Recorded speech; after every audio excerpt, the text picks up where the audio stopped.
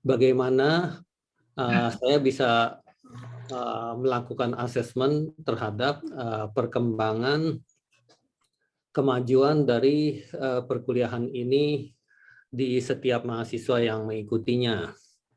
Ya, kita sisipkan pertemuan ke-7 dan pertemuan ke-8 karena gambarannya adalah masing-masing dari kalian berusaha untuk mendapatkan kesempatan untuk memberikan presentasi hal-hal yang berkaitan dengan IT, blockchain, dan juga penulisan laporan secara ilmiah. Secara ilmiah artinya ada kans untuk dipublikasi gitu loh. Ya, itu akan menjadi runtunan yang baik. Berarti kita nggak semerta-merta pada saat akhir semester kita tanya kepada kalian mana papernya, tapi seiring dengan waktu dari minggu ke minggu kita bisa ada banyak diskusinya. Berarti kalau kita lagi adakan pertemuan biasa, kalau kalian ingin ungkapkan, ingin presentasi kemajuannya udah sampai mana dan sebagainya, itu pun bisa. Ya, tapi khususnya untuk MSA ini pada akhirnya akan menjadi penilaian di assignment ketiga. Saya sih berharap agar hari ini semua pada berebutan untuk presentasi, ya, sehingga nanti yang nggak kebagian bisa minggu depan presentasi lagi. Tapi dari WA yang ada belum kelihatan adanya rebutan itu, ya, untuk kalian bergilir untuk presentasi, ya. Harapan saya memang begitu pada saat pertemuan ke-7 dan pertemuan ke-8 bisa kalian yang memberikan omongan gitu ya, presentasi, sehingga nggak melulu saya terus dari pertemuan 1 sampai akhir semester saya melulu. Jadi kalian juga ada kesempatan untuk memberikan presentasi dan sebagainya. Dan itu tentunya akan bisa membuat penilaian buat saya sebagai dosen untuk memberikan kalian penilaian yang bagus gitu loh. Pada umumnya biasanya saya nggak pernah pelit untuk kasih nilai, sebisanya kasih nilai bagus ya, saya akan kasih nilai bagus. Untuk dosennya, saya sebagai dosen juga bisa kelihatan lebih bagus kalau misalnya nilai-nilai mahasiswanya pada bagus-bagus gitu. Kalian pun kalau kuliah capek-capek juga sebenarnya ingin dapat nilai yang bagus. Siapa sih nggak mau dapat nilai yang bagus? Orang nggak cuma pengen lulus aja, kecuali lagi putus asa baru udah deh, gue yang penting lulus gitu loh ya. Tapi sebenarnya tentunya harus berharap untuk dapat nilai bagus. Untuk kampus, untuk perguruan tinggi juga bisa mendapatkan nama baiknya juga kalau mahasiswanya nilainya pada bagus-bagus gitu. Nah, tapi yang UR tentukan di sini bahwa kalian harus berusaha untuk bisa dapat nilai bagus. Berusaha dari berbagai hal. Kalau di kegiatan di WA banyak obrolan, itu tentunya akan UR nilai. Terus pada saat lagi kuliah seperti begini, juga banyak pertanyaan, banyak sumbangsih pengalaman dan sebagainya. Ya, jadi nggak cuma diam aja, itu juga tentunya menjadi penilaian. Lalu misalnya kegiatan MSA di kali ini berebut untuk masuk gitu. Tapi misalnya nggak ada kesempatan untuk masuk karena penuh padat jadwalnya, ya upaya perebutan itu pun udah menjadi penilaian, begitu loh maksud saya. Ya, hal-hal tentang apa? Nggak usah super murni blockchain, ya, tapi hal-hal yang berkaitan dengan pekerjaan kalian, semoga berkaitan juga dengan informasi teknologi. Kadang-kadang kalian bilang saya punya pekerjaan super nggak ada koneksi dengan informasi teknologi. Ya, berarti kalian juga akan berusaha untuk memberikan presentasi yang nggak ada kaitannya dengan blockchain, yang nggak ada kaitannya dengan informasi teknologi. Minimal kalian berusaha gitu loh. Waduh, saya kerja aja enggak, udahlah saya nyanyi aja gitu. Saya kan udah pernah bilang begitu. Ya udah, berarti kamu tetap udah berusaha untuk nyanyi aja gitu loh. Nah, yang nggak berusaha berarti diam aja, diam terus gitu. Itu namanya nggak berusaha gitu. Ya, kalau yang diam aja ya tentunya nanti nilainya kurang bagus gitu. Malah saya sebenarnya harapin semua dari kalian itu nilainya bagus-bagus semua gitu ya. Assignment 1 juga nilai udah langsung tampil. Ya, assignment 2 juga nilai otomatis juga udah langsung tampil. Kurang lebih kalian juga udah bisa hitung-hitung tuh bahwa nanti saya akan bisa dapat nilai bagus atau wah saya kekurangan gitu. Ada beberapa mahasiswa yang chat ke saya pribadi bilang, aduh ini saya ada kekurangan, bagaimana untuk saya tambelnya, menambahkannya gitu. Ya, apakah ada tugas-tugas khusus, tugas-tugas tambahan supaya saya bisa nilai yang kurang bagus ini diperbaiki gitu loh ya. Selalu jawaban saya adalah jangan lihat ke belakang tapi lihat ke depan. Ya, berarti ke belakang punya nggak bisa diperbaiki lagi, ke depan kamu bisa lebih aktif, lebih dapat SC karena SC itu merupakan tambahan lebih dari yang semestinya didapatkan gitu loh. Misalnya yang semestinya dapat adalah 100 poin untuk penuh, tapi dengan SC malah dapatnya 110 atau 120 begitu loh. Ya. Jadi kira-kira begitu ya. Dan secara keseluruhan walaupun arahan dari UR seperti itu, tapi tetap tujuannya adalah di dalam perkuliahan ini kita have fun aja, ya, happy gitu, seru dalam percakapan kita. Ada debat berarti dalam Inggrisnya kita sebut disagree, ya.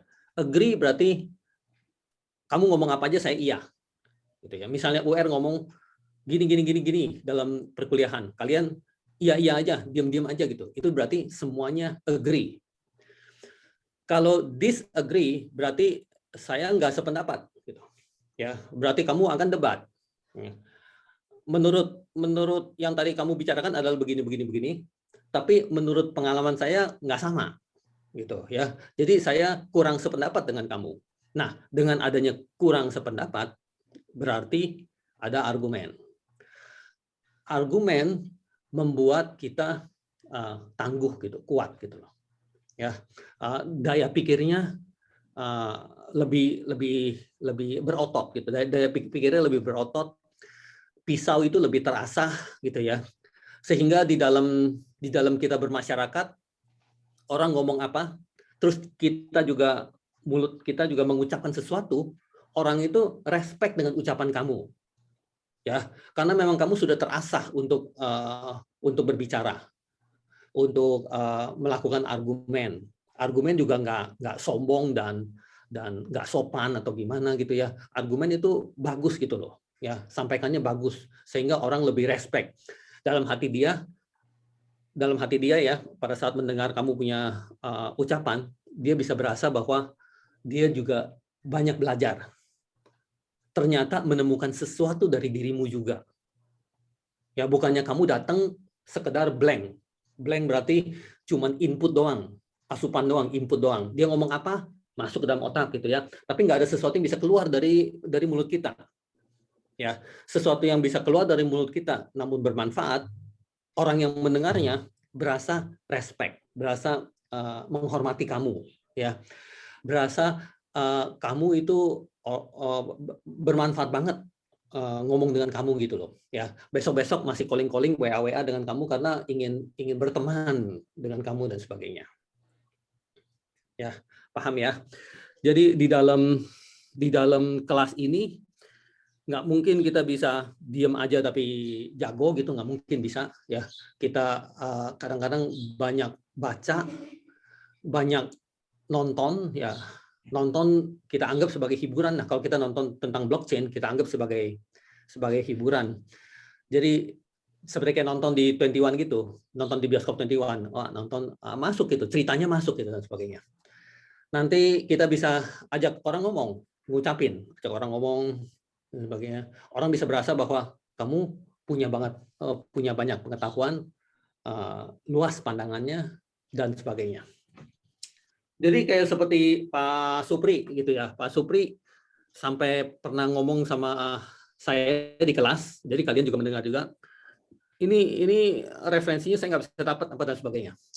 Itu sedikit membuat saya kaget sih, karena sampai ada orang yang dikasih sebuah naskah, bukan hanya membaca naskah itu, tapi setiap referensinya dikorek-korek gitu ya, itu jarang ada orang kayak gitu. Ya menurut saya sih saya belum pernah nemu orang kayak gitu. Belum pernah nemu artinya apa? Artinya saya sendiri juga enggak. Ya, saya sendiri juga terlalu males gitu sampai setiap referensi juga dikorek-korekin satu persatu gitu ya. Tapi kalau saya lagi baca satu paper yang ternyata ketertarikan saya tinggi banget gitu loh ya. Aduh ini kok bikin saya penasaran gitu ya. Saya lihat-liatin referensi yang ada di situ, saya korek ulang dari referensi yang ada di situ dan menemukan hal yang lebih baru lagi dan lebih menarik lagi dan sebagainya. Itu pernah dan sering saya alami gitu loh. Tapi nggak selalu saya bacain seperti itu. Dan untuk buku yang menjadi patokan untuk kita mempelajari blockchain for education ini, yang setiap slide-nya di depan diklik itu bisa keluar bukunya gitu ya. Itu buku sudah saya baca lebih dari 2 kali lah. Ya, 2 kali penuh udah saya baca ya. Terus habis itu masih baca-bacain referensinya. Lalu di situ juga dia punya referensi juga menarik-menarik banget sebenarnya. Beberapa saya korek-korek lagi dan saya baca juga. Ya. Jadi saya jujur belum tahu seberapa dalam seperti Pak Supri itu sampai menggalinya itu berapa dalam. Saya belum tahu kalau belum nemu dia punya apa? Mendengarkan dia punya presentasi. Jadi dari sini pertemuan 7 dilihat dari listingnya ada Pak Bro yang menawarkan diri untuk memberikan ceramah ya presentasi gitu ya. Tapi Pak Supri belum gitu loh ya. Jadi itu juga bikin saya penasaran juga ya. Tentunya nggak mudah untuk orang saya gitu itu nggak mudah ya. Tapi itulah yang kita bisa nilai sebuah tantangan challenge gitu ya, di mana orang itu hidup menghadapi challenge gitu ya, dia itu tambah tangguh gitu, tambah kuat gitu. Di bidang apa? Ya sekarang yang topik yang sedang kita bicarakan, blockchain, information technology, industrial revolution, gitu-gitu segala. Ya, nggak usah terlalu khawatir kalau misalnya ada suatu protes dari teman atau dari saya gitu, kok ini nggak berkaitan gitu ya, jadi nilai jelek dan gimana, itu kekhawatiran itu dihilangkan total gitu. Yang penting kalau kamu udah maju itu udah nambah banget gitu. Yang lain-lainnya nggak berani maju ya, terus kamunya maju itu udah nambah banget walaupun di situ dikritisi gitu ya. Dan jangan takut kerjaan kamu dikritisi orang lah ya. Dari matrikulasi kan saya juga udah jelasin bahwa saya sendiri ambil S3 lagi ya di Universitas Teknologi Malaysia UTM ya, tentang khususnya blockchain gitu ya. Saya udah selesai S3 di bidang SDM gitu ya. Di Indonesia saya selesaikannya. Tapi saya ambil lagi S3 ya. Nah, di situ saya sendiri juga ada pengalaman bagaimana masuk ke dalam kelas dan dosennya memberi tugas untuk presentasi. Sama juga saya juga kena hal-hal kayak gitu ya. Nah, pada saat dijalanin ternyata dosennya cuman mau dengar satu gitu. Itu juga kita baru tahu setelah dijalanin itu. Setelah udah dengar satu, yang satu lagi pengen jalan dia nggak kasih udah. Ya. Nah, untuk assignment kedua ya, bagaimana saya itu berebutan banget untuk presentasi. Berebutan banget berarti dosennya belum ngomong selesai udah saya bilang saya mau presentasi tentang ini gitu. Jadi yang lain kalau mau mengajukan diri udah nggak keburu. Hal-hal seperti itu deh ya. Dan bukan berarti presentasi saya udah sangat bagus banget, udah disiapin banget, tapi itu ada suatu niat ya untuk seruduk aja gitu ya, kayak banteng gitu ya, seruduk gitu ya. Nanti kalau malah nabrak batu urusan belakangan gitu ya, tapi gue seruduk dulu gitu. Itu kan sifat-sifat banteng gitu. Jadi kira-kira gitu ya. Saya juga senantiasa kasih tahu kepada diri saya sendiri ya, agar saya bisa memberi tantangan, challenge gitu ya, di kancah-kancah yang berbeda-beda. Saya itu berdiri di depan orang dan memberikan presentasi. segala hal perasaan nano-nano dirasakan gitu ya. Ntar ada senengnya, ada gugupnya, ada seremnya, ada ngerinya, bla bla bla dan sebagainya gitu, itu banyak ya. Tapi kita nikmati aja lewatin perjalanan itu. Jadi di dalam international conference saya juga lakukan keynote speech. Di situ saya pikir-pikir bule-bule yang nonton gitu dan sebagainya. Dan mereka juga profesor-profesor di luar negeri dan sebagainya. Tapi alah cuek lah, bodoh amat gitu. Udah jalanin semampunya, kita persiapkan diri dan jalankan. Ya guys, sekiranya itu sedikit pengalaman-pengalaman sharing yang saya yakin berharga buat kalian. Kenapa? Karena umur saya di 56 ini berarti selama 20 tahun lebih berkelana ya seperti itu. Ya, ada waktu-waktu saya juga masih muda yang menghindari banyak hal. Ya, ini nggak mau orang lain aja, itu nggak mau orang lain aja gitu. Itu ada waktu-waktunya seperti itu. Ada waktu-waktunya yang saya merasa bahwa ini saya duluan, itu saya duluan, itu juga ada. Ya, nggak mungkin manusia udah jago banget gitu ya. Dari kecil udah terdepan terus, itu semua mengalami masa-masanya. Tapi karena kita ini sekarang di S2 ya, dan kita juga udah terukur kedewasaannya, yuk kita tunggu bentar ya, tunggu bentar.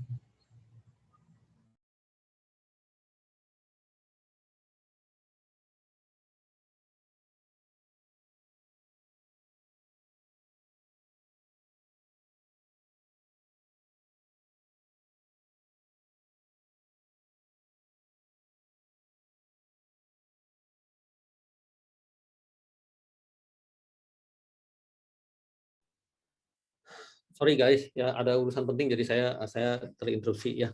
Tadi sampai mana ya, lupa deh saya. Lupa. Udah sekiranya sampai di sini dulu deh ya, saya punya ini penyampaian. Sebelum kita lanjut, di situ didaftari bahwa Pak Bro itu nomor 3 ya, tapi saya ingin Pak Bro itu menjadi nomor 1 untuk mempresentasikan dulu gitu ya. Tapi sebelum Pak Bro mulai, ada yang ingin sampaikan beberapa pendapat? Mangga. Saya minggu depan Pak bahas mungkin blockchain, implementasi supply chain ataupun smart contract Pak. Oke, ya minggu depan ya, pertemuan ke-8 ya. Ya. Pak. Kalau Mas Ketut saya perkenalkan dikit ya. Mas Ketut itu adalah mahasiswa saya dari angkatan MIT 12 ya. Dan bukan pertemuan semester pertama, semester kedua hingga semester ketiga beliau ini sebagai mahasiswa saya lah ya. Kenapa kita bisa lumayan akrab, lumayan dekat, karena keaktifannya beliau sih ya, aktif dia gitu loh ya, aktif tanya jawab, bahkan sharing tentang pengalaman dia, ilmu dia juga ya. Beliau kerjanya di bidang IT, berarti kesehariannya pegang coding gitu ya. Intinya juga banyak kepandaian yang Mas Ketut miliki yang saya sendiri juga nggak menguasai lah. Dan alhamdulillah lanjut lagi untuk penyelesaian dari tesis. Tapi hal-hal tentang topiknya blockchain, ya, yang saya ketahui bahwa dari awal banget Mas Ketut nggak megang tentang blockchain itu, ya. Semester 1 juga mungkin pada saat itu juga belum interest ke arah sana. Terus semester kedua mungkin udah mulai mendalami lah, ya.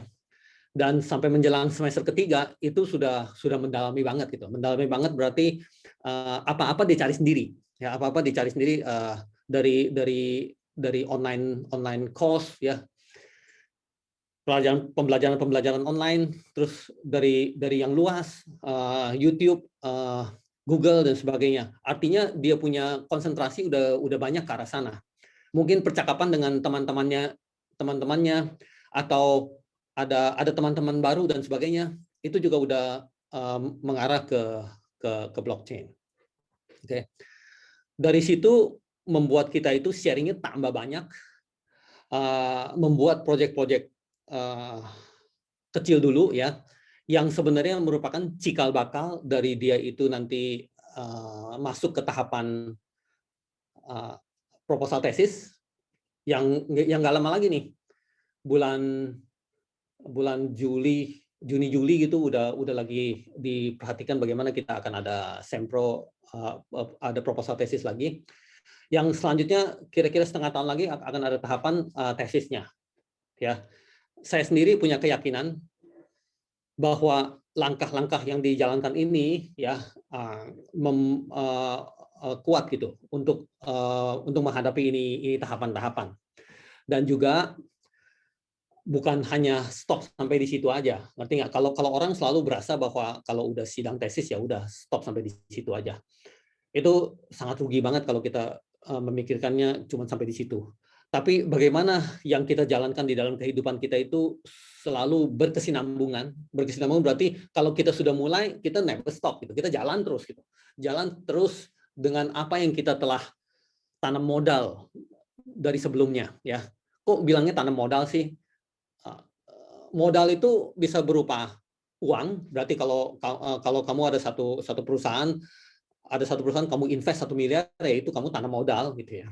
Bagaimana kalau kamu tanam waktu, ya, tanam tenaga dan pikiran, ya. Waktu kamu tuangkan berbulan-bulan untuk bisain, ya. Tenaga dan pikiran bagaimana kamu tuangkan dan sebagainya. Walaupun kamu tidak mentuangkan dengan uang, dengan modal, ya, tapi sebenarnya kamu sudah investasi melebihi uang dan modal. Ngerti nggak maksud saya? Ya. Nah, itu saya punya harapan yang kuat ke Mas Ketut dari apa yang dia jalankan kesehariannya, ya, sehingga pada suatu saat kelak, ya, Mas Ketut bisa berhasil merintis hal-hal tentang blockchain ini dan saya ada di dalamnya. Kira-kira gitu. Oke, Mas Ketut. Yep. Sip ya. Makasih, Pak. Ya, yang saya ngomong itu sip ya. Dan tambahan semoga, aja biar teman-teman. Ya, semoga menjadi semangat semuanya, ya. Dan UR punya kegiatan-kegiatan selalu nyentrik, ya, nyentrik begini. Kerjainnya selalu dari sisi akademik. Ya. Kalau orang lain kerjanya selalu dari sisi industri. Ya. Kalau dari sisi industri ya, kita tahu bahwa awalannya kita mesti investasi gede. Kita mesti hire people, kita mesti buka lowongan kerja gitu ya.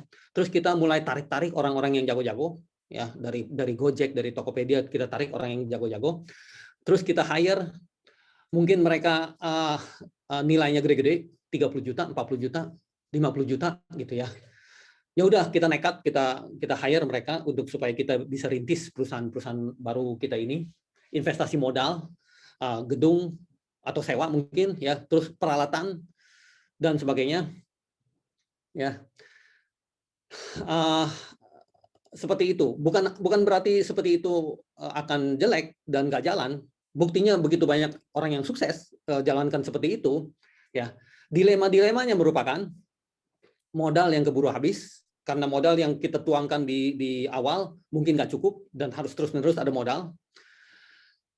Terus dilema kedua adalah orang kamu yang dibajak, yang udah lagi di tengah-tengah jalan jalanin sesuatu, ya, terus habis itu dibajak pergi ke tempat lain dan sebagainya, sehingga kerjaan kamu terputus dan pada akhirnya nggak bisa meneruskannya.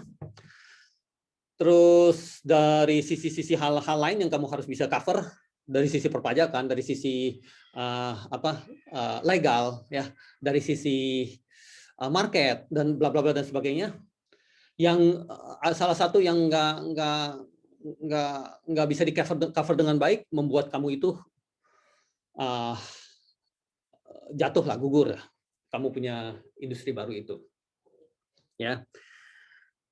Bagaimana kalau dari sisi akademik? Ya, kalau dari sisi akademik kita udah tahu bahwa basis kita adalah akademik, berarti tridharma. Kita itu harus ngajar, bertemu dengan orang banyak juga. Kita harus meneliti, bertemu dengan orang banyak juga. Kita harus mengabdi, bertemu dengan orang banyak juga. Ya, kalau kita kurang senior, kita belajar dari yang lebih senior. Berarti dalam tridharma pertama, kamu menerima ceramah, menerima pendidikan dan pengajaran dari UR gitu ya. Berarti UR lebih senior, memberi ceramah kepada kalian, hal-hal seperti itu. Ya, kalau di bidang penelitian kita lebih anggapan bahwa lu sama gua lu nggak lebih senior, gue juga nggak lebih senior, ya. Kita teman sejawat lah, teman-teman sebanding lah gitu ya. Dan dari situ kita kerjakan penelitian bersama gitu loh. Ya. Kalau dari sisi pengabdian lebih ke arah aku lebih senior dan kamu lebih junior. Jadi aku berbaik hati di mana apa yang aku bisa, ya, yang aku alami, aku sharing dengan kamu. Ya, berbaik hati doang sih, karena pengabdian. Berarti bukan untuk bayaran dan sebagainya. Berbaik hati doang sih, sharing dan sebagainya. Nah, itu merupakan siklus-siklus dari tridharma yang membuat kita mau melangkah lebih lanjut dengan fondasi tridharma ini. Ya, berarti kita ingin membuat usaha-usaha juga. Ya, kita ingin membuat usaha, tapi bukan dari cerita yang sebelumnya ya. Kita ingin membuat usaha-usaha. Usaha itu kalau saya kurang senior, ya saya ikut dengan yang lebih senior dan mungkin saya jadi pengikutnya gitu loh. Ya, tapi tetap di dalam bagian dari usaha ini. Ya. Kalau misalnya seperti kayak Mas Ketut, dia udah menapak kesenioritasannya khususnya di bidang blockchain yang pada akhirnya merintis sebuah usaha di bidang blockchain itu, berarti beliaulah yang lebih senior. Tapi satu pertanyaan ya, emang dia bisa kerja sendiri?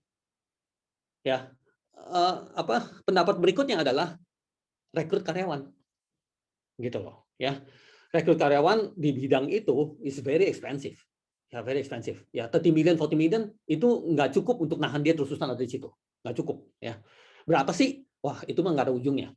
Nah, yang kita lakukan di dalam akademisi adalah membina yang bawah. Berarti adik-adik. Kalau saya sih anggap mereka anak-anak gitu loh ya, membina adik-adik. Proyek-proyeknya jadi pada saat kita lagi membina adik-adik bukan sekedar bukan sekedar pengetahuan, tapi pengalaman. Pengetahuan berarti blockchain itu apa? Blockchain itu gunanya apa? Blockchain itu manfaatnya apa dan sebagainya. Itu sebenarnya malas gitu diomongin gitu loh. Orang bisa nyari sendiri gitu loh. Ya, kalau UR ngomongin itu sebenarnya untuk bahan diskusi kita yang kuat. Oke. Nah, jadi kalau misalnya Mas Ketut misalnya ngajar di dalam satu kelas gitu ya. Kalau bisa praktek yang bagus-bagus. Ya, berarti pengalaman-pengalaman dia tentang blockchain. Terus habis itu bagian-bagian kegiatan yang harus diselesaikan dalam blockchain itu kita tuangkan ke dalam para mahasiswanya. Jadi analoginya seperti ini. Kalau saya seorang dokter, ya dokter gitu ya, yang harus sembuhkan orang gitu ya, dokter, bukan dokter. Terus saya juga ngajar, lalu saya juga banyak pasien. Saya akan bawa mahasiswa-mahasiswa saya untuk ikut praktek. Mungkin nggak langsung bedah pasiennya, tapi bawain guntingnya, bawain pisaunya dan sebagainya gitu ya, yang ngelihat yang ada di situ gitu ya. Ketimbang perbedaannya kalau saya seorang dosen yang mengajar kedokteran, lalu ingin mengajar orang ngobatin gitu, terus saya kasih mereka boneka-bonekaan dan mereka harus seolah-olah boneka itu dia diobatin dan sebagainya. Ya, jadi yang boneka-bonekaan tentunya nggak real, ya, dan kita susah bisanya. Tapi kalau kita bisa ikut seorang dokter, yang kita bisa ikut praktek kemana-mana, wah tentunya kamu nanti berhasilnya cepat banget lah gitu. Nah sama juga dengan ini kita terapkan secara akademisi, ya, dari sisi blockchain kita tarik, kita punya senioritas, kita bina yang bawah-bawah semuanya, dan mereka lah itu yang jadi satu geng di dalam membangun industri ini. Ya, kira-kira begitu. Lalu pendanaan seperti apa? Sebenarnya pendanaan bisa kita dapetin dari macam-macam. Saat ini yang kita terus-menerus sedang geluti pendanaan adalah pendanaan dari pemerintah, ya. Bisa melalui Menteri Mendikbud. Ya, saat ini dari Menteri Keuangan banyak mengeluarkan pendanaan khususnya untuk masyarakat Indonesia yang ingin membangun bangsa ini, itu pendanaan banyak banget. Kita memang harus bisa melakukan pitching, ya, presentasi-presentasi begitu, seperti kayak MSA, nanti presentasi dan sebagainya, bikin kita memukau, bikin orang yang nontonnya terpukau gitu ya. Lalu ingin menjadi bagian di dalamnya, ingin investasi dan sebagainya, itu adalah tugas-tugas pitching kita. Ya, ingat loh, tugas pitching yang paling efektif cuma 3 menit. Kamu nggak ada waktu 30 menit, nggak ada. Ya, cuma 3 menit kamu udah mesti beres semuanya. Oke, dan itu terus-menerus kita latih, terutama di dalam kelas-kelas yang sama UR itu. Ya. Oke, kira-kira begitu. Di sini ada, kita mulai ya dari Pak Bro. Mangga Pak Bro share screen dan memulainya. Silakan. Terima kasih Pak WR. Bentar ya. Sorry, disable Pak untuk share screen-nya. Belum bisa share screen? Belum. Disable deh. Dicoba Disable lagi ya? Pak Bro. Ya, udah.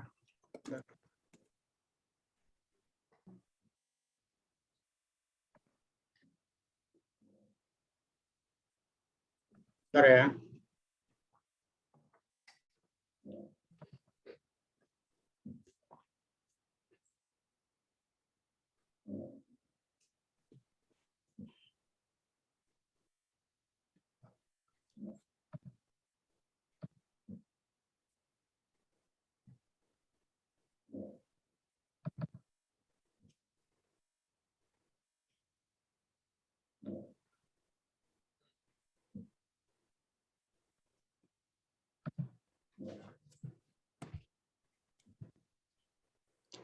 Sudah muncul ya? Sudah. Ya. Assalamualaikum warahmatullahi wabarakatuh. Waalaikumsalam. Selamat pagi. Waalaikumsalam. Terima kasih atas kesempatannya Pak UR. Jadi pagi ini saya akan share lah mengenai blockchain testing ya. Jadi kenapa saya mengambil topik blockchain testing? Karena kebetulan saya ada expertise di testing ya. Jadi saya sendiri certified di software testing. Jadi ini suatu hal baru yang mungkin bisa kita share, nanti kita diskusikan bersama. Adapun topik judulnya adalah The What, Why, and How of Blockchain Testing. Jadi jangan melihat judulnya dulu ya, kayaknya sangar banget pada, ya nanti kita lihatlah dalamnya. Ini ada 13 slide. Perkiraan kasarnya sih 10 menit, tapi nggak tahu nanti apakah lebih cepat apakah lebih lambat. Saya biasa mulai sebuah presentasi dengan sebuah quotes. Quotes ini dari Bill Gates, yaitu Bitcoin is a technological tour de force. Artinya apa? Bitcoin ini sesuatu yang mencengangkan, mengagumkan, yang hebat, yang luar biasa, yang amazing. ataupun kalau mungkin Fitra atau Vio bilang wow gitu. Jadi Bitcoin sesuatu yang memang mencengangkan semua orang. Bayangkan ini yang bilang itu Bill Gates. Bill Gates itu kan dewanya IT. Dia udah bilang begitu. Ya.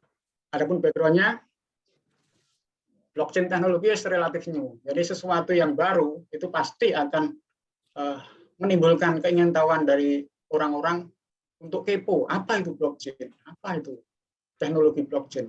Nah, dari situ sekarang udah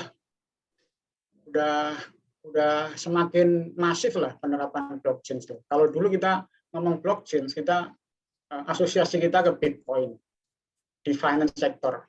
Yang sekarang sudah di hampir semua sektor sudah ada blockchain.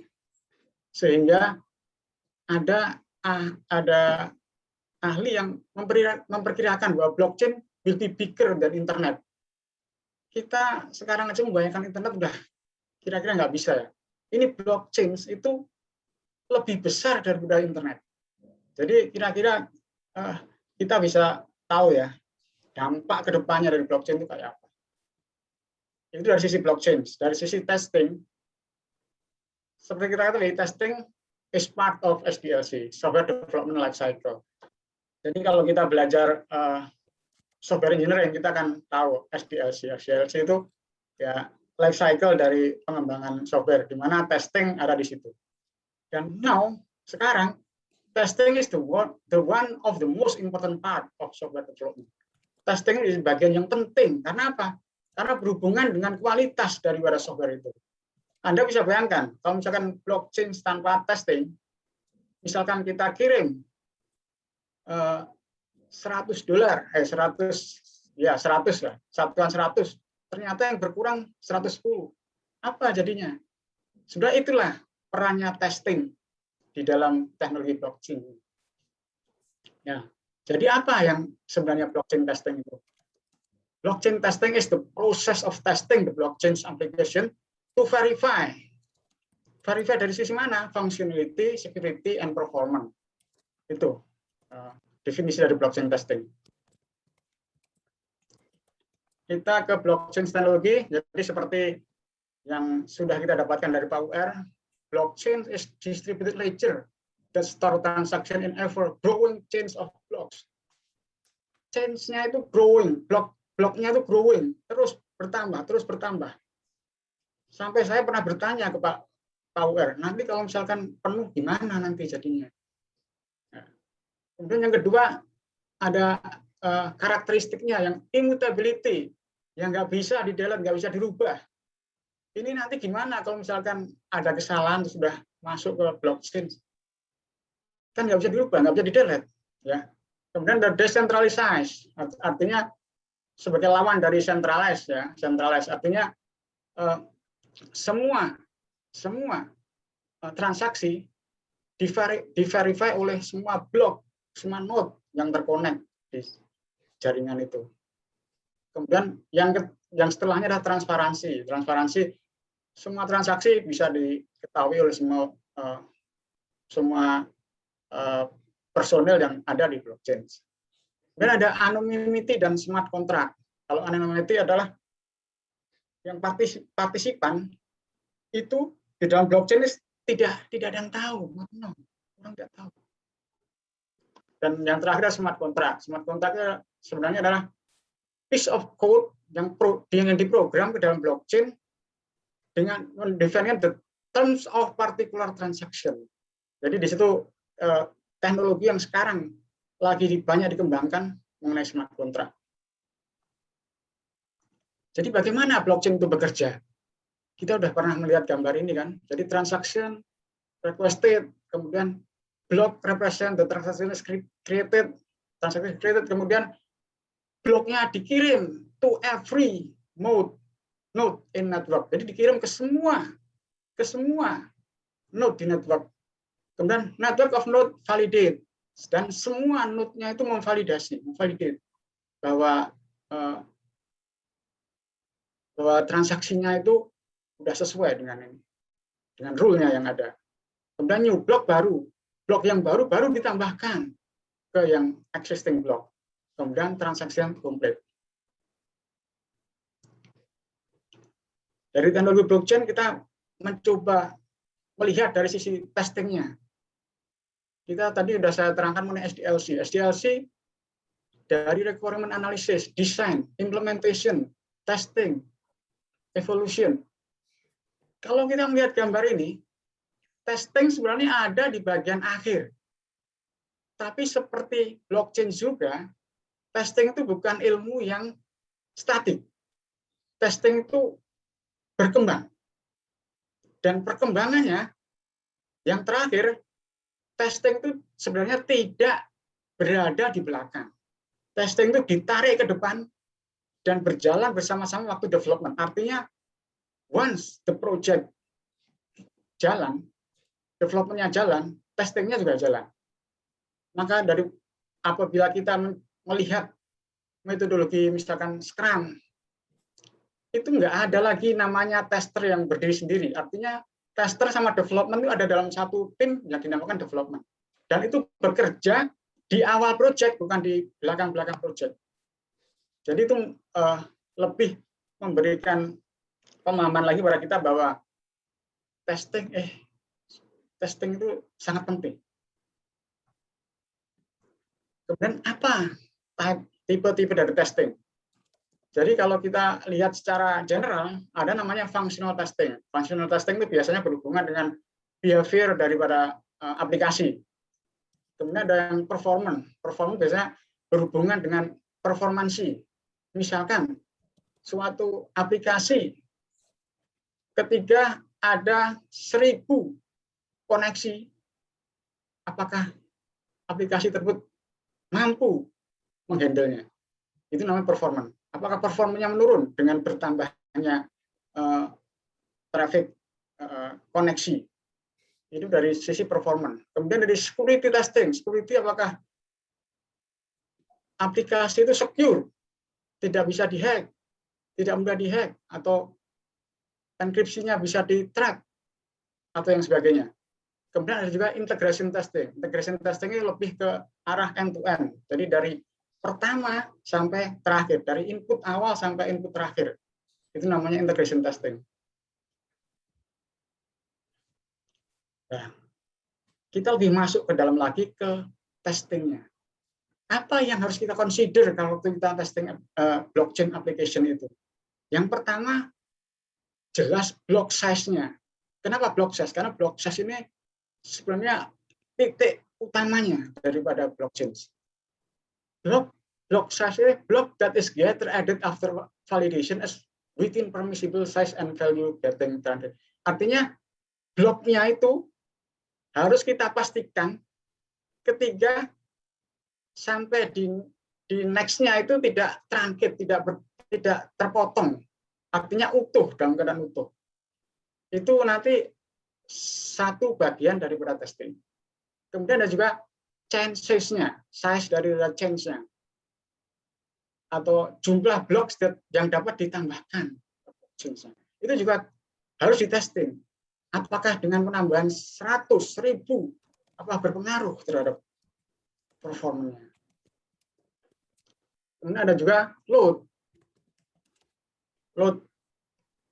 Load di sini adalah load testing. Jadi dengan banyaknya orang yang menggunakan blockchain, parameter blockchain-nya itu apakah menurun performanya? Ini saya ngambil data yang nggak tahu tahun berapa, tapi maksimum throughput-nya Bitcoin itu 3.3 sampai 7 transaction per second. Terus bagaimana kalau misalkan transaksinya bertambah 1 juta, misalkan sampai 1 juta, sampai bahkan lebih, apakah performanya menurun? Itu perlu kita tes. Dari sisi security, tadi sudah saya jelaskan, dari sisi security-nya harus secure. Karena misalkan di sini dicontohkan, ada multi-layer security system dalam blockchain. Misalkan apabila satu layernya kena hack, apakah berimpact kepada layer setelahnya? Itu perlu dites juga. Kemudian ada transmission of data. Apakah ada data loss selama transmission of data?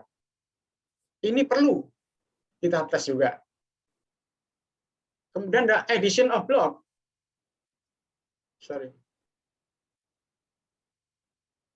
Jadi blok yang kita tambahkan pada change harus dievaluate. Dan karena apa? Karena kan kita tahu bloknya tidak bisa dirubah atau di-delete. Kemudian yang terakhir ada cryptographical data. Kriptografi ini disebutkan adalah backbone-nya dari blockchain teknologi. Maka dari itu, ini perlu mendapat perhatian pada waktu testing. Apakah testingnya kita bisa lakukan manual atau pakai tools? Nah, di sini ada beberapa testing tools yang bisa kita pakai untuk melakukan tes. Jadi dari beberapa yang saya search, ada yang pertama Ethereum Tester. Ini tentu saja untuk tes untuk Ethereum ya.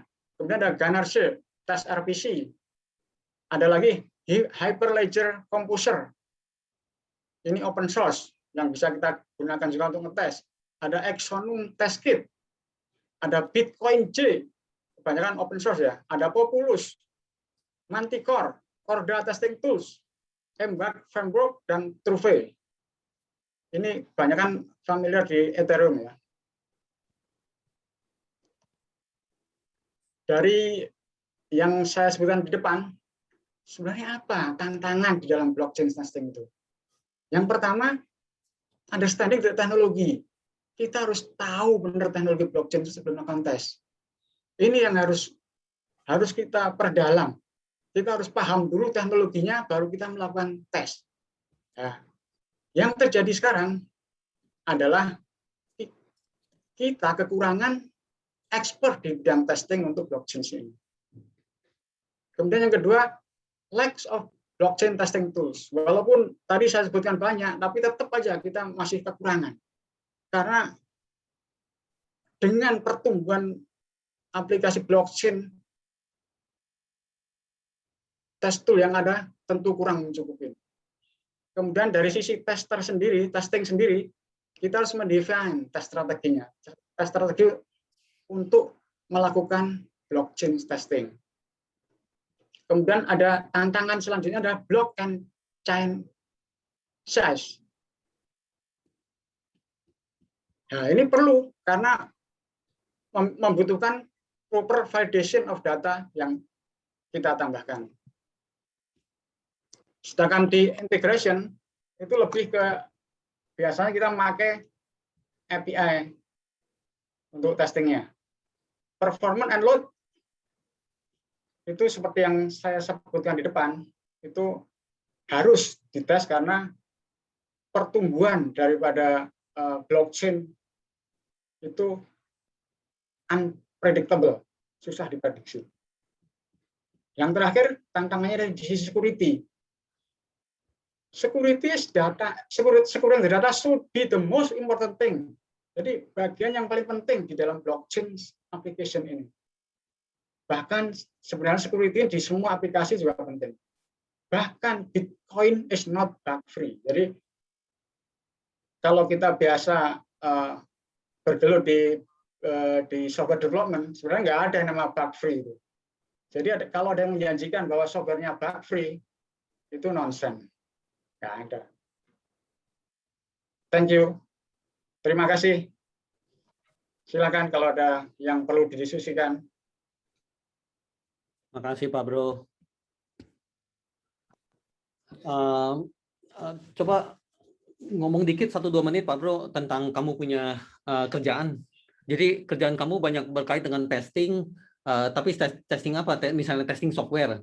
Ya, tadi sudah bicara banyak tentang testing software yang ada di blockchain, tapi sesungguhnya yang kamu di dalam pekerjaan kamu itu testingnya seperti apa gitu loh? Bisa nggak kasih saya gambaran sedikit? Jadi gambarannya seperti ini Pak. Misalkan ada project bikin aplikasi. Nah, kalau dulu pendekatannya itu biasanya testing tuh di akhir, testing tuh di terakhir untuk baru gabung, baru diajak gabung. Ya sekarang nggak bisa lagi begitu, karena dengan kita pakai metode Scrum, apalagi kita harus tester harus gabung kan Pak, harus gabung di dalam tim development di dalam Scrum itu. Jadi kita mulai dari awal project itu kita harus ikut. Jadi tesnya mulai dari awal. Karena sebagai orang tester, kita diberi teori bahwa kalau kesalahan ditemukan di akhir, itu cost-nya akan lebih tinggi. Yes. Jadi lebih bagus ditemukan di awal, sehingga lebih ini. Ya, testing yang kamu lakukan menggunakan tools apa gitu maksud saya? Ya, jadi metodologinya ada dua Pak, tes manual sama automation. Kalau manual, ya kita manual, artinya kita langsung buka aplikasinya, kita tes. Tapi sebenarnya orang menganggap testing tuh, wah cuma gitu aja paling. Sebenarnya enggak. Kita ada preparation-nya, Pak. Preparation tuh sebelum testing, kita bikin namanya test script. Namanya test script tuh berhubungan dengan fungsi-fungsi yang ada. Jadi kita bikin dokumennya, ada dokumennya. Jadi kita nggak langsung tes di aplikasinya, ngetes coba nyoba gitu, enggak. Artinya kita harus relate, misalnya fungsi ini ngetesnya harus pakai ini. Dan itu terdokumentasi, Pak, terdokumentasi. Nah, itu kalau manual. Kalau pakai automation, kita biasanya pakai katalon. Itu kalau untuk fungsional ya, katalon. Atau kalau performance kita pakai JMeter. Atau kalau API kita bisa pakai Postman kayak gitu, Pak. Oke, sip. Ya, sebelum saya kasih pendapat-pendapat, karena yang memang Pak Bro sampaikan punya itu sungguh menarik, ya. Apalagi bagi teman-teman kita yang sebenarnya bidang ilmunya di bidang yang berbeda, bukan information teknologi, tapi baru mulai berkecimpung, baru tertarik dengan informasi teknologi. Ini bahan-bahan yang cukup berat yang disampaikan oleh Pak Bro gitu ya. Nah, dari kalian dulu ada nggak yang ingin memberikan sanggahan sebelum saya?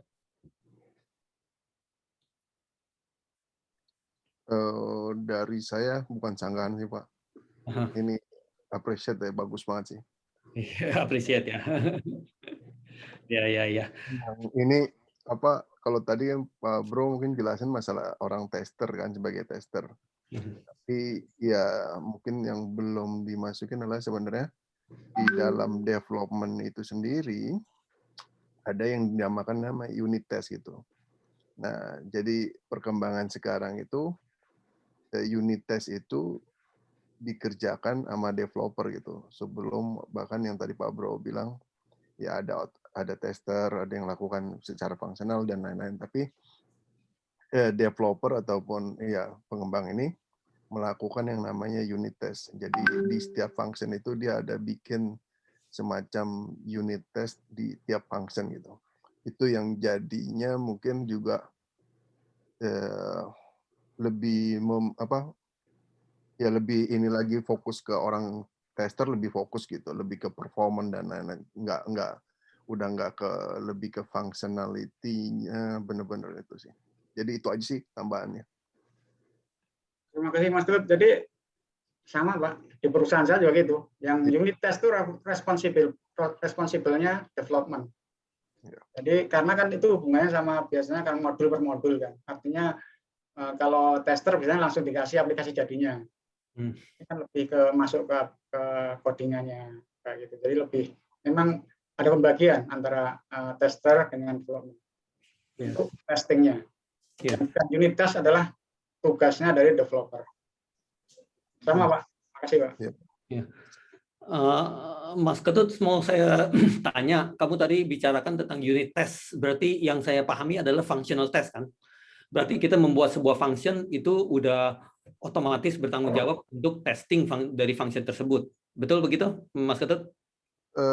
Ya lebih tepatnya yang tadi ke Pak Bro bilang itu modul gitu. Jadi kayak kita bikin satu modul untuk fungsi hitung luas persegi panjang gitu. Misalnya kita bikin function luas persegi panjang. Nah, ada code-nya kita bikin suatu function, tapi di dalam code-nya itu juga kita udah melakukan yang namanya kan testing itu. Kita pencobaan misalkan luas persegi panjangnya dalam bentuk, kalau kita hitung kan itu harusnya angka, tapi kita ngisinya itu adalah berupa huruf gitu. Nah, apakah aplikasi tersebut itu jadi error atau errornya itu udah di-handle, di exception gitu. Nah, seperti itu sih gambarannya sih. Unit testing itu tanggung jawabnya dari programmer atau tanggung jawabnya dari tester? Jadi Developer. seorang programmer pada saat lagi melakukan coding, udah otomatis dia bertanggung jawab untuk bikin unit testingnya di dalam codingnya, atau itu diserahkan ke si tester? Di developer sih, Pak. Jadi developer ya, berarti programmer ya? Ya. Ya, programmer, Pak. Ya, programmer.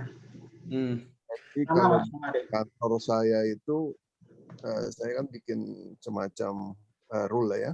Untuk developer saya itu ada coverage. Jadi coverage itu benar-benar code-nya itu udah dilakukan unit test nggak gitu? Itu ada berapa persen itu? Iya. Biasanya di atas 90 lah, hampir 100 gitu. Nah, kalau itu perfect banget itu 100. Itu Ya, yang jadi 90-an, biasanya 90 berapa itu udah bisa. Paling betul ya 70 atau apa gitu. Itu yang jadi itu sih, Pak. Tapi mungkin gambarannya adalah gini. Kalau dulu developer nggak melakukan unit test, itu jadi cepat gitu. Cepat pengembangannya. Tapi dengan adanya unit test itu bahkan sebenarnya lebih lama daripada kita bikin programnya gitu. Itu yang terjadi gitu. Jadi makanya kalau di dalam manajemen IT itu juga itu yang jadi concern bahwa secara rule bisnis mau cepat, oke, ada konsekuensinya gitu. Oke, ini unit testnya kita turunin, ataupun bisa terjadi juga nggak ada unit test gitu. Iya, karena betul. Mau pengembangan dalam cepat gitu. Kan kita ujung-ujungnya adalah IT adalah pelayan daripada bisnis itu. Ya. Gitu unit tesnya diturunin ya otomatis bug lebih banyak kan? Ya, tapi itu dia sih, bisnis mungkin punya namanya di risk management, bahwa untuk punya budget sesuatu hal untuk risknya itu. Karena terkadang kan rilis itu lebih momennya kan, momen itu sangat penting itu rilis. Ya, betul. Ya, contoh ya dulu Gojek atau apa kan, dia yang penting rilis dulu gitu. Event itu berapa kali ada bug atau apa gitu. Nah, itu momennya itu yang jadi ini sih. Jadi release versionnya pada saat lagi tampil untuk publik gitu ya, dia punya unit testingnya dan sebagainya masih tertanam di dalam codingnya atau udah dicabut semua keluar gitu? Tertanam sih, Pak. Masih tertanam ya? Dalam satu aplikasi itu, cuman unit testnya itu ya nggak akan di-execute sama user sih. Publik gitu ya. Oke. Ya udah, coba Pak Bro mulai dari slide pertama. Jadi saya coba komenin dikit ya. Saya sampaikan beberapa pendapat.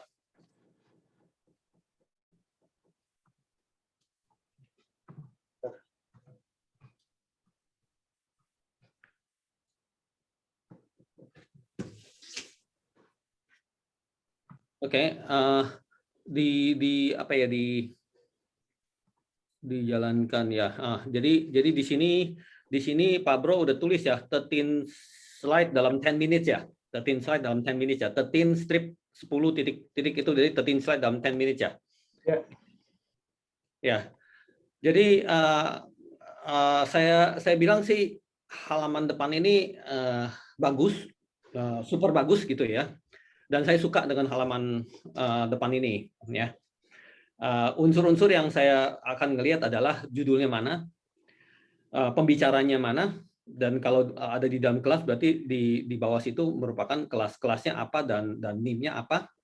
Lalu udah disampaikan kepada penonton bahwa di sini nggak lama-lama ya, ada 13 slide dan kurang lebih 10 menit aja yang saya sampaikan gitu ya, sehingga penonton semua bisa tenang, duduk manis dan sebagainya ya.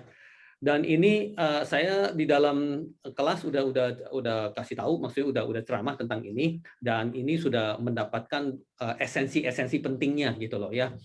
Saya berharap ke depannya Pak Bro dan juga teman-teman yang lain ya kurang lebih bisa memberikan esensi yang bagus di dalam slide pertama ini. Ya, salah satu contohnya adalah ini. Mungkin kalau ingin dikomentari dikit tentang ini adalah misalnya kamu kasih apa? Tempat. Biasanya orang pengen tahu tempat ya. Ya, tempatnya di mana gitu. Kamu boleh bilang Zoom meeting boleh ya. Atau kalau kamu lagi ceramah di Raharja, kamu bisa bilang tempatnya adalah di Universitas Raharja gitu loh ya. Mungkin yang kurang sama tanggal, Pak. Ini ada tanggal juga emang betul. Ya, selanjutnya saya juga mesti bilang tanggal. Tanggal itu mesti ada. Tempat mesti ada. Tanggal mesti ada ya. Tanggal itu suatu inventaris untuk diri kita sendiri, karena sewaktu-waktu kita pada saat buka lagi ini slide ya, kita pahami bahwa ini pernah kamu presentasikan di tanggal berapa, dan hal itu merupakan sangat penting untuk pribadi kamu sendiri. Ya, otomatis juga sebenarnya untuk memberitahu kepada penonton ini disampaikannya pada saat tanggal berapa gitu loh. Mungkin kamu ingin sampaikan hal-hal yang serupa di kemudian hari dan kamu melakukan revisi, kamu melakukan copy paste dan bikin slide baru dan melakukan modifikasi dan sebagainya, kamu bikin tanggal baru di situ. Tapi itu ada sesuatu yang berkelanjutan dari dulu pernah di tanggal berapa, sekarang ada lagi di tanggal berapa dan sebagainya. Itu merupakan inventaris yang rapih gitu loh, yang bisa kita lakukan. Ya. Oke, terus satu hal lagi yang saya ingin sampaikan agar bisa dihayati gitu ya, yaitu adalah orang selalu satu hal dulu, bahwa ini masih lokal, berarti ini masih ini belum di cloud, belum di awan-awan gitu ya, ini masih di laptopnya Pak Bro gitu ya. Hal itu kalau mahasiswanya UR ya, UR cenderung semangatin untuk tidak demikian. Ya, UR terus-menerus semangatin agar semua hal udah di cloud. Apalagi pada saat kamu lagi presentasi ya, itu semua hal udah di cloud. Ya, dorong terus semangat itu. Ya, itu seiring dengan kemarin punya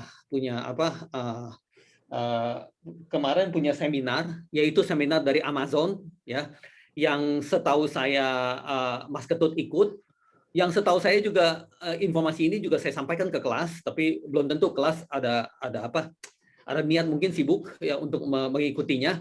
Itu lagi sedang menekankan seberapa kuat, seberapa penting cloud itu.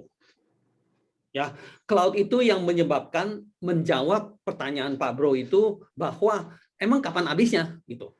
Cloud itu nggak kenal kamu kapan habisnya.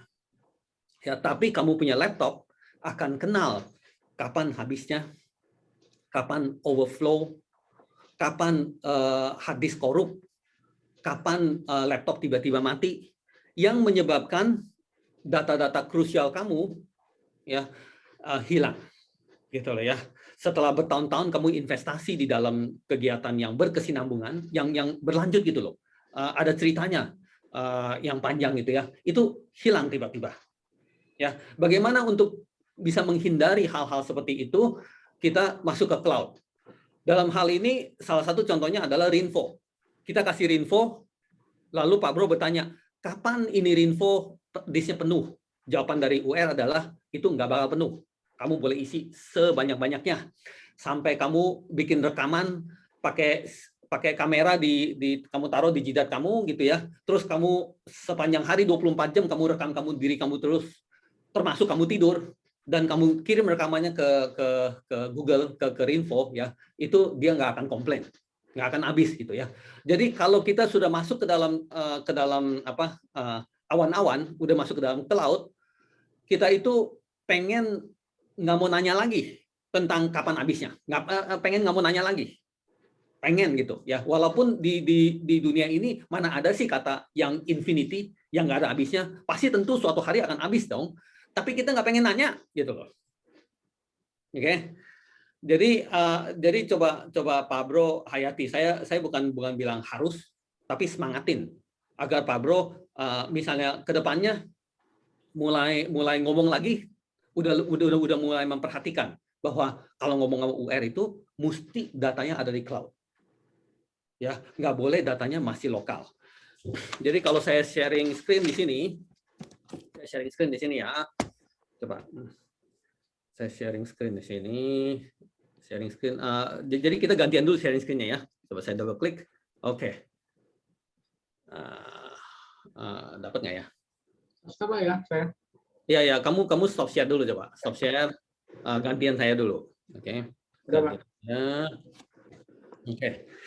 Nah, jadi gaya berarti berarti bukannya harus, kalau nggak lulus gitu ya. Tapi ini sebuah ajaran, sebuah pengetahuan, sebuah gaya ya, yang kalau kita ikutin, kita itu kayak seperti pasukan khusus gitu, pasukan yang sama gitu. Pokoknya kalau gaya kayak gini itu tuh gaya rombongan UR gitu loh. Ya. Nah, gaya pertama adalah saya Pak Bro nih ya. Saya bakalan bilang, "Halo guys. Kali ini adalah kesempatan saya untuk memberikan presentasi, dan untuk itu saya akan buka tempat utama kita." Ya, udah buka tempat utama kita. Oke, jangan lupa guys bahwa ini adalah portofolio saya di kelasnya MIT.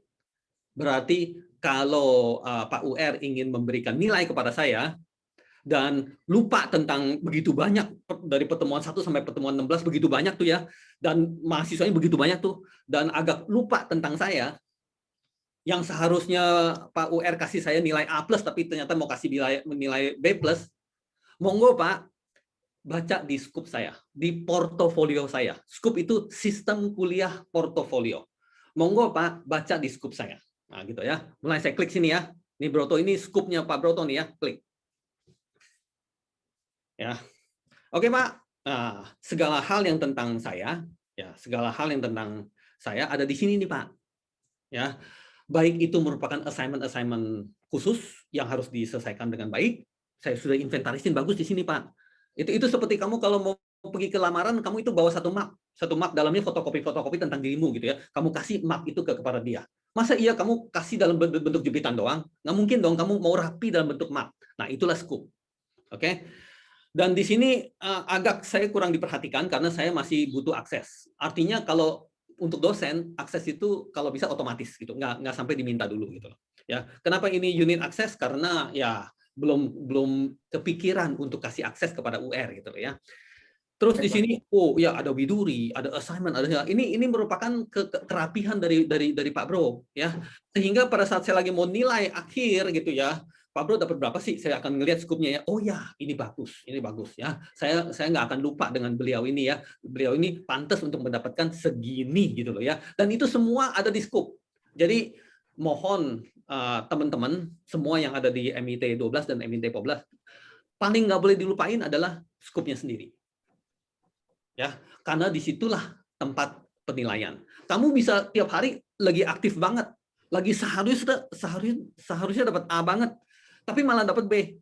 Itu karena akibat kamu nggak rapi di dalam kamu punya portofolio, kamu punya map. Jadi ini sistem kuliah portofolio yang kita sebut dengan singkatan Scoop. Ya, nah baru kita mulai lagi nih. Tadi Pak Bro mau presentasi, udah siap nih presentasi nih. Ya, klikannya di mana di sini? Nih, saya pengen klik nih di sini. Di mana nih kliknya di sini nih? Ternyata belum ada gitu loh. Nah, tapi ini sebagai pengalaman. Oh, lain kali kita urutannya kayak gitu. Buka dulu sumber utama kita yaitu meet.ilearning.me, lalu buka scoop-nya, lalu buka klik presentasinya. Ya. Nah, jadi dari sini klik untuk ke tempatnya Pak Bro itu yang itu. Sehingga udah otomatis yang kita punya kerjaan itu sudah diinventariskan di dalam cloud. Oke, apakah itu mau di copy ulang, maksudnya diamanin lagi di dalam laptop sendiri? Itu memang enggak. Silakan gitu ya. Nggak pernah dibilang nggak boleh gitu. Itu silakan. Tapi alangkah baiknya kalau kita itu mantap di dalam cloud. Gitu ya. Ya. Jadi kalau mau tahu tentang cloud-nya UR ya, jadi kita klik di sini nih misalnya nih. Ya, terus klik di sini nih ya, misalnya gini. Terus masuk ke sini nih ya. Itu udah hampir segala hal tentang UR ada di situ. Mau apa coba? Mau apa coba? Ada di situ semua, ya. Paspornya mana? Di situ. KTP-nya mana? Di situ. Fotonya mana? Di situ. Perjalanan hidupnya mana? Di situ, ya. Terus perjalanan hidup berarti dari 20 tahun yang lalu mana tuh? Di situ semuanya, ya. Terus lagi dulu tuh 10 tahun yang lalu ngikut seminar apa dengan LL Dikti di situ, gitu ya. Tugas-tugas dengan mahasiswa di situ, paper-papernya di situ, foto-foto jalan-jalan di Korea di situ, semuanya di situ, ya. Kapan habisnya? Ya saya nggak tahu, nggak pernah saya pikirin sih kapan habisnya. Pokoknya ada di situ semuanya. Oke. Segala hal yang misalnya 3 tahun yang lalu saya pernah ke PT itu memberikan presentasi apa gitu ya, saya keluar langsung dah, ya, gitu ya kira-kira ya. Dan itu adalah ilmu saya salurkan di saat sekarang ini agar kalian juga begitu, ya. Sesuatu kemampuan dari seseorang itu adalah sesuatu yang ditimbun dari hari ke hari, dari waktu ke waktu, dari bulan ke bulan, dari tahun ke tahun. Ya. Itu semua masih ada itu semua dalam bentuk kayak gini nih, ubiquitous. Ya. Nanti kalian bisa cari ubiquitous learning, ubiquitous apa dan sebagainya. Artinya segala hal yang kamu alami dalam kehidupan kamu terus-terusan ada kecuali kamu hapus. Gitu aja. Ya, nah kalian bisa refleksikan bahwa 3 tahun kemudian, 3 tahun yang lalu, 4 tahun yang lalu, saya punya kegiatan-kegiatan itu masih terrefleksikan atau tidak. Kalau udah tidak, berarti kamu itu nggak ubiquitous. Yang ubiquitous berarti selalu ada, di mana saja, kapan saja. Ya, dunia digital menuntut kamu kayak gitu. Ya, apakah kamu sudah selalu ada, di mana saja, kapan saja. Itu adalah ubiquitous. Dan di dalam kelas ini menekankan untuk kalian terlatih, terbiasa hal-hal yang ubiquitous. Oke. Salah satunya adalah scoop. Oke, di dalam scoop ini nanti kita klik dan langsung menuju sesuatu yang ingin dipresentasikan. Gitu ya Pak Bro ya.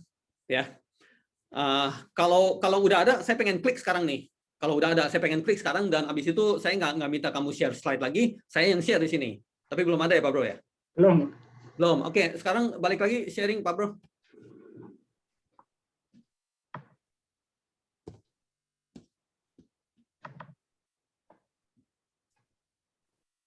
Oke, ke slide pertama lagi.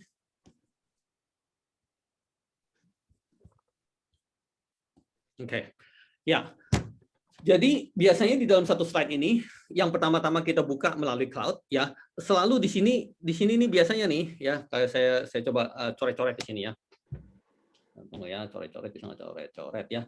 Misalnya di sini ya, biasanya nih ada tempat yang untuk kita itu ke link tersebut, ke dokumen ini. Ya, ke dokumen ini kan udah biasa kan kalau kita lagi ikutin seminar apa ngeliatin di chat-chatnya selalu bilang ayo presentasinya di share lah, kapan presentasinya di share lah, gitu-gituan dulu ngomongannya. Dan kita bisa secara otomatis di dalam slide pertama itu telah menggambarkan kepada orang, monggo kalau ingin ngelihat slide-nya udah ada di sini, nggak usah sampai repot-repot nanya lagi. Ya, hal-hal yang orang nggak teriak-teriak dulu ke kamu, tapi kamu udah otomatis sajikan, kamu lebih terlihat profesionalitasnya.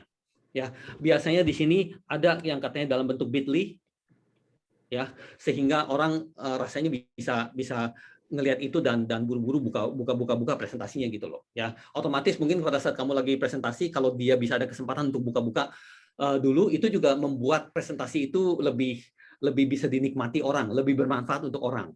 Apalagi kamu ada QR code di sini. Ya, kamu ada QR code di sini. Ya, kalau kamu ada QR code berarti pada saat kamu lagi presentasi, layar depan itu gitu gede ya, terus ada QR code-nya, pada saat kamu lagi awal-awal presentasi itu, semuanya pada buka handphone, semuanya pada menunjukkan dia punya handphonenya kameranya ke arah layar kamu ya. Terus semuanya udah otomatis scan QR code itu untuk mendapatkan dokumen kamu, presentasi kamu, PPT kamu gitu ya. Baru kamu lanjut jalankannya, itu merupakan sesuatu yang apa ya, yang terobosan lah ya, kamu sebagai pembicara yang mantap gitu loh, yang hebat lah gitu loh ya. Itu saran UR ya. Dan kalau misalnya kalian bisa lakukan itu, UR seneng banget ya, kayak seperti ada pasukan yang semuanya sama kayak begitu semua gitu loh ya. Sekali buka slide pertama saya udah tahu itu adalah didikan UR gitu. Oke Pak Bro, ya masukan ya Pak Bro ya. Ya. Terima kasih Pak. Bukannya harus gitu loh ya, masukan itu ya. Baik Pak. Oke. Terus ke sini, coba buka slide berikutnya. Oke. Oke. Dimulai dengan pepatah. Kalau saya diakhiri dengan pepatah. Kalau kamu lihat presentasi saya, selalu ada di bagian terakhir yang kata orang cuma thank you doang ya, cuma thank you doang. Itu saya nggak tulis thank you doang. Saya akhiri dengan pepatah. Ya, tapi itu gaya, nggak apa-apa. Ada yang slide kedua udah langsung pepatah. Ada orang yang slide pertama langsung udah pepatah dulu, memberikan motivasi kepada orang, memberikan kesegaran buat orang, itu sesuatu yang bagus ya, sesuatu yang luar biasa. Dan ini juga saya ingin komentari tentang Bitcoin ya, yang kata Bill Gates ini sesuatu yang luar biasa banget gitu ya. Tapi ini ada suatu perkembangan di mana pada suatu hari, pada saat Bitcoin lagi berkembang, ditanyakan kepada orang-orang yang hebat-hebat ini seperti Bill Gates, seperti siapa, Warren Buffett gitu-gitu ya. Kita tanyakan ini Bitcoin gimana nih gitu ya. Nah, ada waktu-waktu yang mereka bilang ini adalah scam. Ini adalah bohongan ya. Ini adalah sesuatu yang orang pada seru-seruan, nanti pada suatu hari jatuh dan habis dan nggak ada nilainya semuanya. Itu ada sempat orang-orang ngomong kayak begitu. Nah, itulah sifat-sifat ciri-ciri dari teknologi-teknologi baru. Ya, orang akan pro dan kontra, dan orang akan bilang ini mepayahan gitu, bla bla bla dan sebagainya. Oke. Yang pada suatu hari mereka juga menyatakan bahwa sorry, yang waktu itu saya ngomong itu salah. Sekarang saya ingin memperbaiki lagi omongan-omongan saya bahwa Bitcoin merupakan bla bla bla bla dan sebagainya. Di sini bilang teknologi tour de force gitu ya. Ya, itu tentunya sesuatu yang memang kenyataannya di Bitcoin di zaman sekarang ini. Ya, di mana orang kayak Bill Gates juga investasi di dalam Bitcoin. Di mana orang kayak seperti Elon Musk yang di Tesla itu tuh ya, itu juga investasi gede-gedean di dalam Bitcoin. Ya, Bitcoin tentunya di belakang itu adalah blockchain. Oke, kenapa Bitcoin bisa ada? Karena teknologi blockchain. Coba lanjut ke yang ke selanjutnya. Oke, nah yang pertama itu tentang relative new, yaitu yang saya katakan. Orang ragu, nah itu udah pasti ya. Apaan nih? Orang ragu itu udah pasti ya. Kalau udah matang, udah mapan, ya orang udah nggak pikirin lagi. Udah seperti kesehari-hariannya yang orang nggak pikirin lagi dan jalan-jalan aja. Orang nggak berasa aneh gitu loh ya.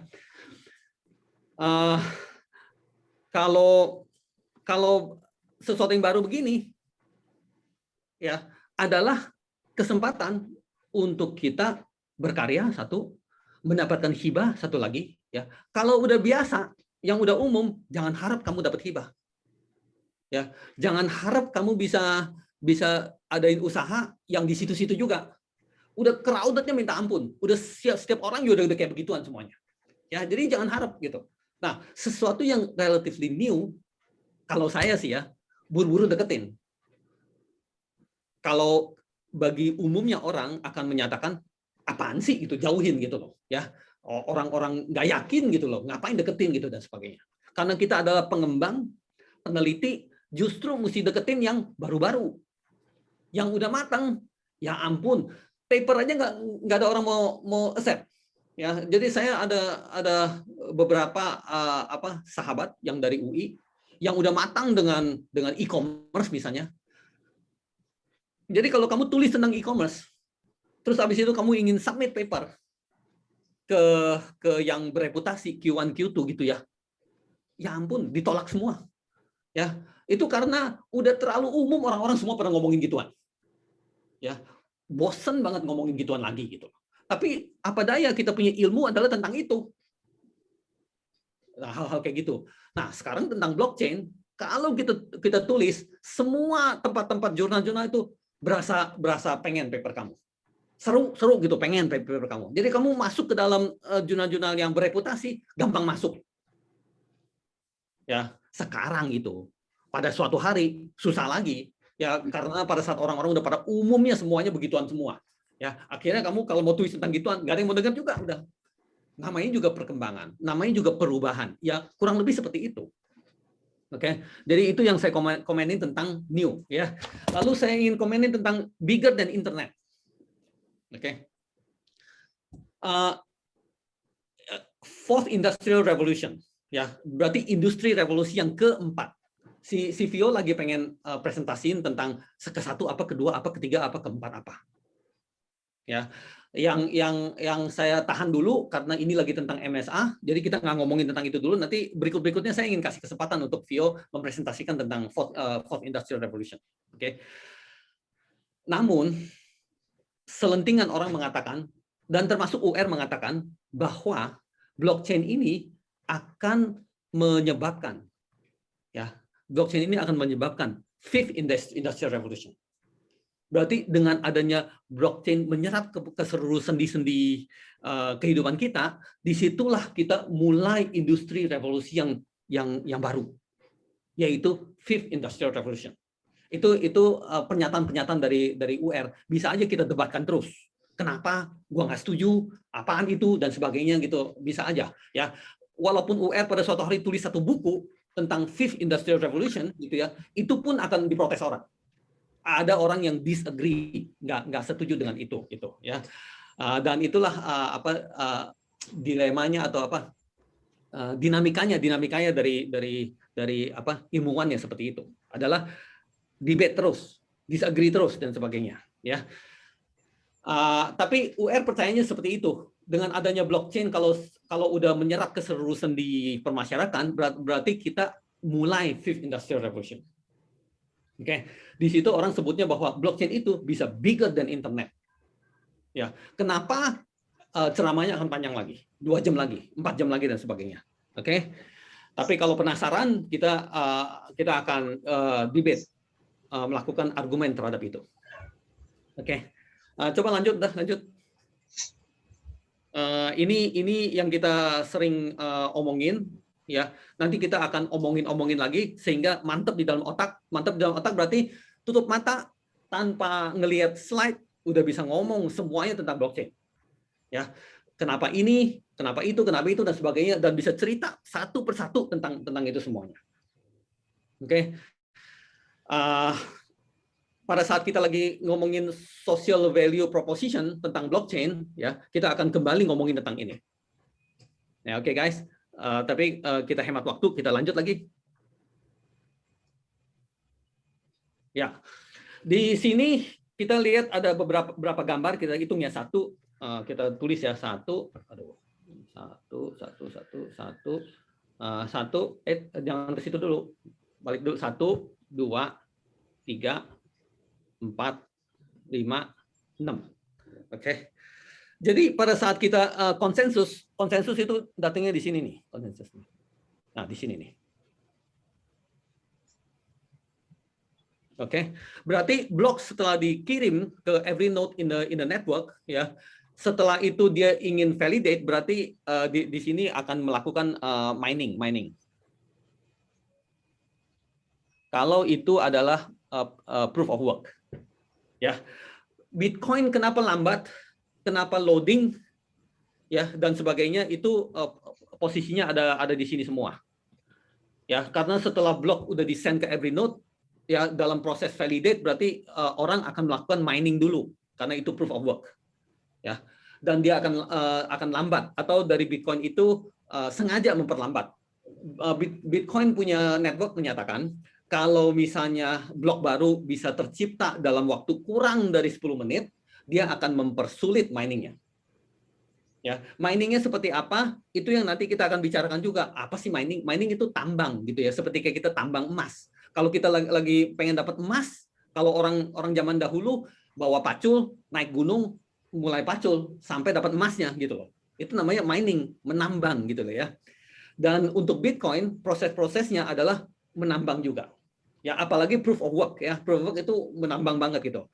Lalu saking capeknya menambang, ya, jadi mulai keluar yang lain-lain, proof of stake dan sebagainya. Ini gampang-gampang. Gampang-gampang berarti sekejap juga udah bisa jadi. Namun kurang safe. Ya, Bitcoin sampai sekarang nggak pernah ada orang bisa hack karena dia punya proof of work kuat banget. Ethereum sempat pernah kena hack gitu loh. Ya, kalau orang bilang blockchain nggak bakal bisa dihack, ya blockchain apa dulu? Kalau blockchainnya Bitcoin emang benar sampai sekarang belum ada history ada orang bisa ngehack ya. Tapi kalau blockchain yang lain-lain, siapa bilang nggak pernah bisa dihack gitu loh ya. Karena kenapa bisa sampai dihack? Ya salah satunya alasan adalah dia punya proses-proses miningnya ya, dan proses-proses konsensusnya dia nggak mau pakai proof of work, tapi dia mau pakai proof of stake gitu loh ya. Nah jadi di sini saya ingin kasih tunjuk bahwa proses yang lain-lain bisa cepat ya, tapi di sini bisa lambat nih, di sini bisa lambat. Oke, jadi kita lanjut ke slide berikutnya.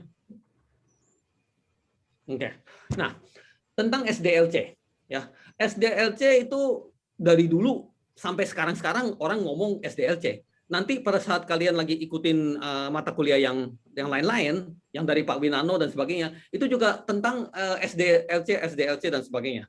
Tapi Pak Bro sudah tunjukin gitu. Maksudnya Pak Bro bukan yang nggak ngerti, cuman UR tekankan lagi gitu ya, bahwa zaman dahulu punya SDLC, ya itu paling sedikit 1 tahun.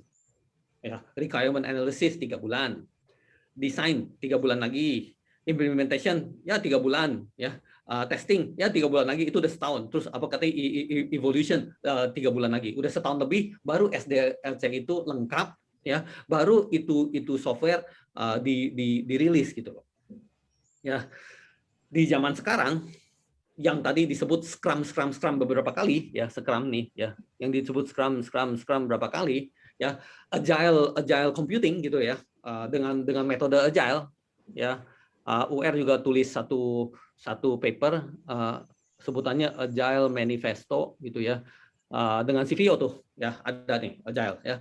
Jadi pakai metodologi agile, pakai Scrum gitu ya. Sebenarnya jalanin kayak seperti SDLC juga, tapi SDLC yang sangat-sangat cepat gitu ya. SDLC yang kalau bisa sebulan jadi, kalau bisa seminggu jadi ya. Yang tadi juga sudah dikatakan oleh Pak Bro juga, dan oleh Mas Ketut menekankan lagi bahwa ini testing udah nggak bisa nunggu sampai setahun lagi baru ujung-ujungnya baru lakukan testing, tuh nggak bisa ya. Awal-awal udah bikin itu development ya, itu testing udah mesti bisa jalan dan sebagainya. Dan itu biasanya dijaga dalam bentuk Scrum ya. Jadi hal begitu bisa dimengerti.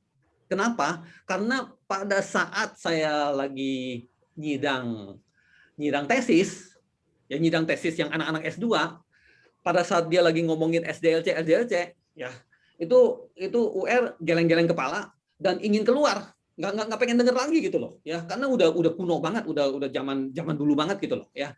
Dan mereka itu nggak ngerti bahwa SDLC yang sekarang ini harus seperti apa, dan biasanya orang udah nggak sebut SDLC lagi gitu loh ya.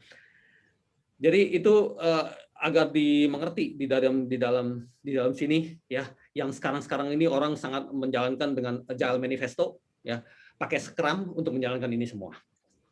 Oke. Terus apa lagi? Coba lanjut dulu, lanjut. Ini skip, lanjut. Tentang block size, chain size, sama loading, ya, loading Bitcoin seperti apa? Saya tadi sudah tekankan bahwa itu sengaja, ya, itu sengaja. Bukannya dia memang lambat, tapi dia sengaja supaya dia safe gitu loh, ya. Artinya kalau kita mau cepat-cepat, kita akan mengorbankan safety gitu loh, ya.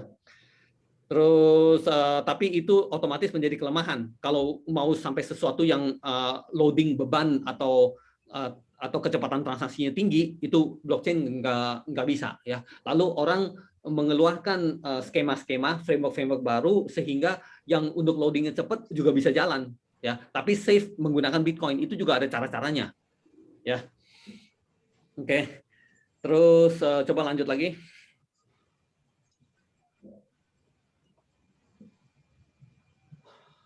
Oke.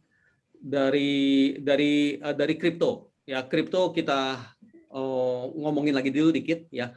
Kripto merupakan ilmu matematika sebenarnya.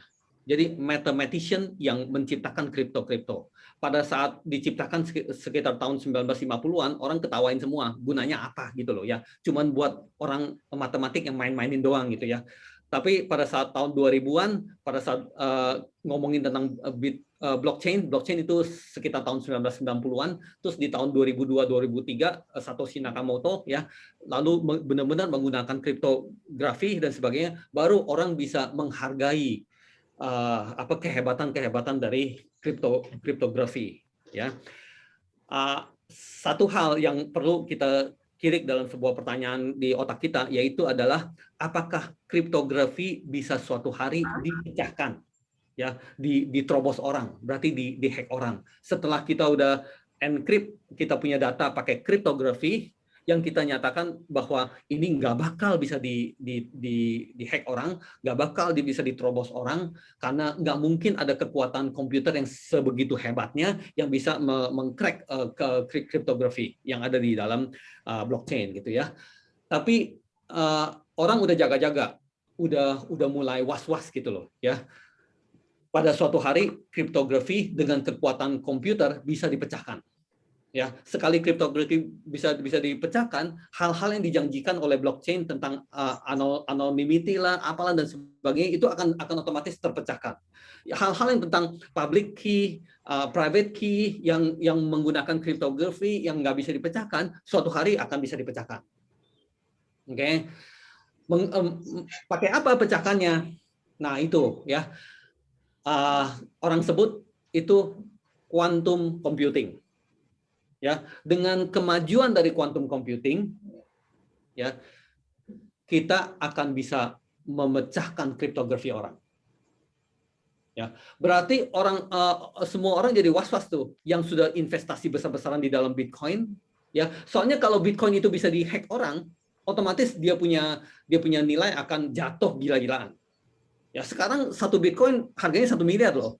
Tapi coba besok ada satu berita bahwa ternyata Bitcoin dihack gitu, ya. Udah dia turun habis-habisan, ya, sampai mungkin turun habis-habisan lah, sampai nggak ada harganya karena dihack. Ya, sekarang Bitcoin kenapa begitu hebat, begitu mahal gitu, ya? Karena memang orang percaya nggak bakal bisa dihack. Oke. Nah, itu berlawanan dengan quantum computing. Berarti pada saat quantum computing makin lama makin maju, ya, itu udah ada perbincangannya, perdebatannya bahwa blockchain bisa dihancurkan pakai quantum computing. Ya, Bitcoin itu bisa dihancurkan oleh quantum computing. Tapi itu cuma pembicaraan orang, ya. Masih orang cuma andai-andai, jaga-jaga dan sebagainya gitu. Jadi kalau memangnya suatu hari Bitcoin itu dipecahkan oleh quantum computing, kita harus gimana nih, bla bla bla bla dan sebagainya. Kita harus lakukan ini itu sehingga kita tetap aman, bla bla bla bla dan sebagainya. Oke, tapi yang suatu hal yang pasti adalah kalau Bitcoin itu dipecahkan oleh quantum computing, dia turun harganya. Ya, turun habis-habisan pasti.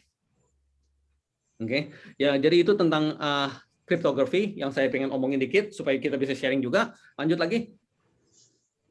Nah, di sini kalau saya bilang adalah letak dari kekuatan sambungan dari Pak Bro. Ya, jadi Pak Bro kalau bikin paper, kalau bisa ke arah sini, bikin paper, publikasi ilmiah dan sebagainya, kalau bisa ke arah sini.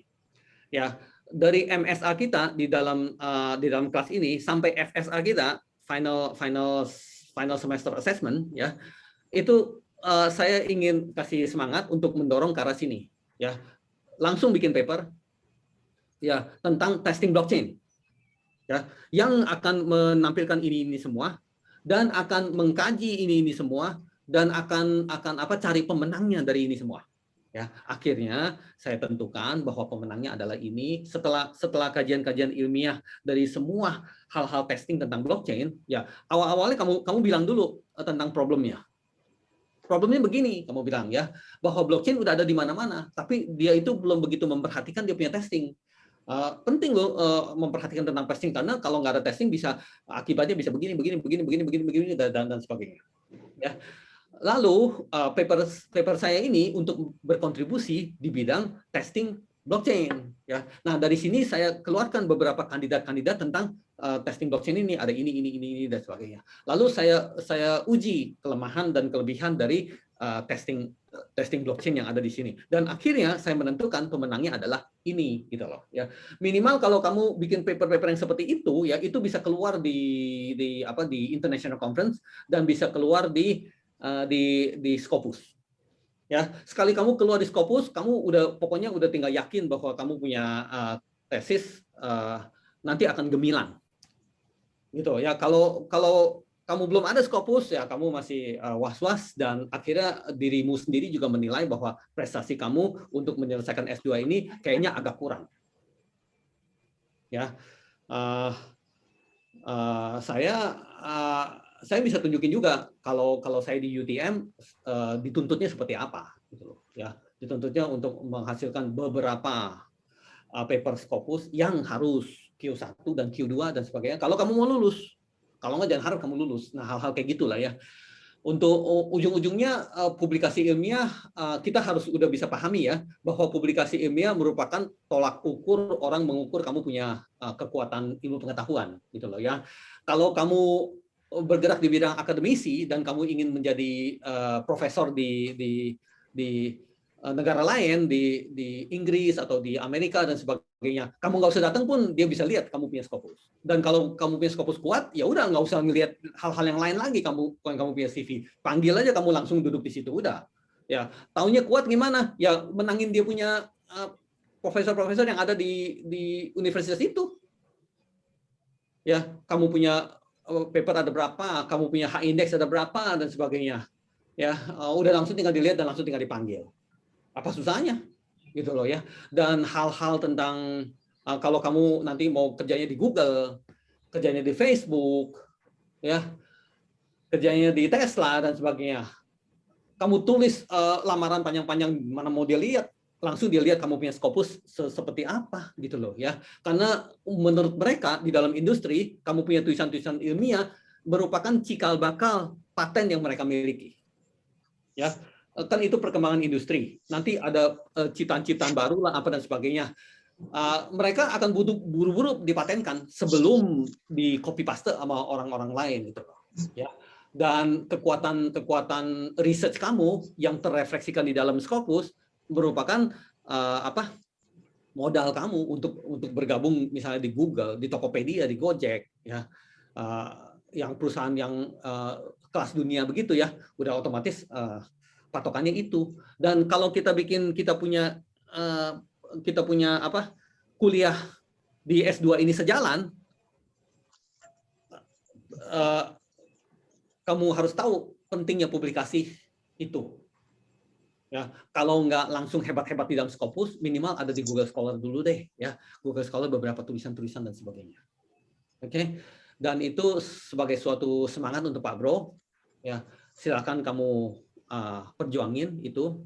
Kalau memangnya ada kesulitan atau atau butuh diskusi bisa sampaikan ke UR ya tentang ini. Dan kalau ini bisa lumayan lengkap di dalam kamu punya FSA final assessment-nya ya, tentu hebat gitu loh. Ya. Jadi ini saya ingin tekankan di sini karena di sini bisa menjadi sebuah nuansa yang kamu tekankan di dalam kamu tulis paper ilmiah.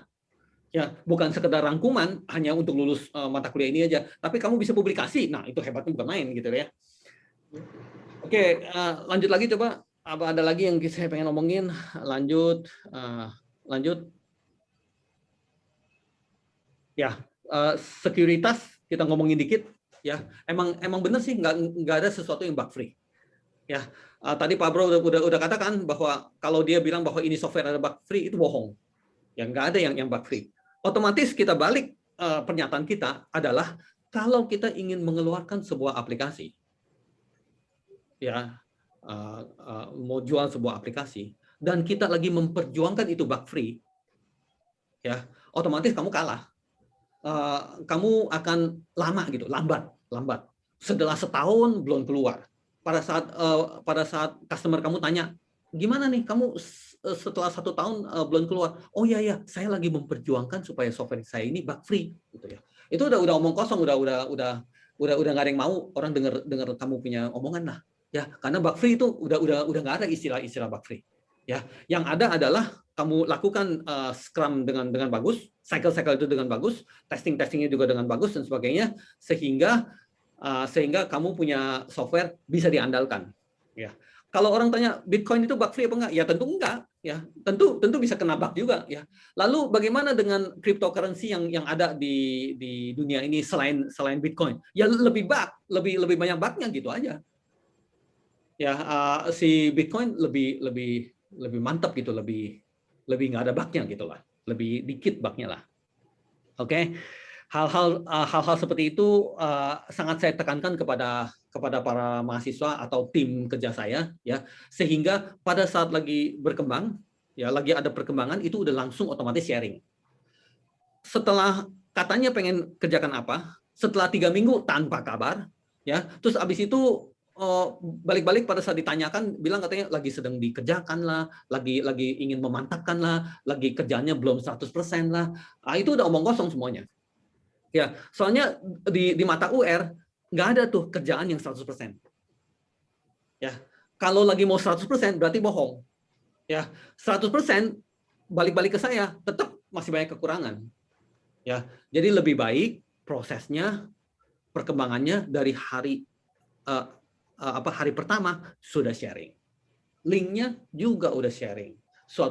Setiap hari berkembang. Ya, kira-kira begitu. Tim kerja yang UR sedang jalanin misalnya di Alphabet Incubator kira-kira seperti itu, ya. Mereka mau kerjakan apapun di hari pertama udah langsung sharing dia punya data, dokumen dan sebagainya. Oke, guys, thank you so much tentang ini. Let me see. Wow, waktu berjalan cepat sekali. Ada yang ingin sampaikan lagi tentang ini?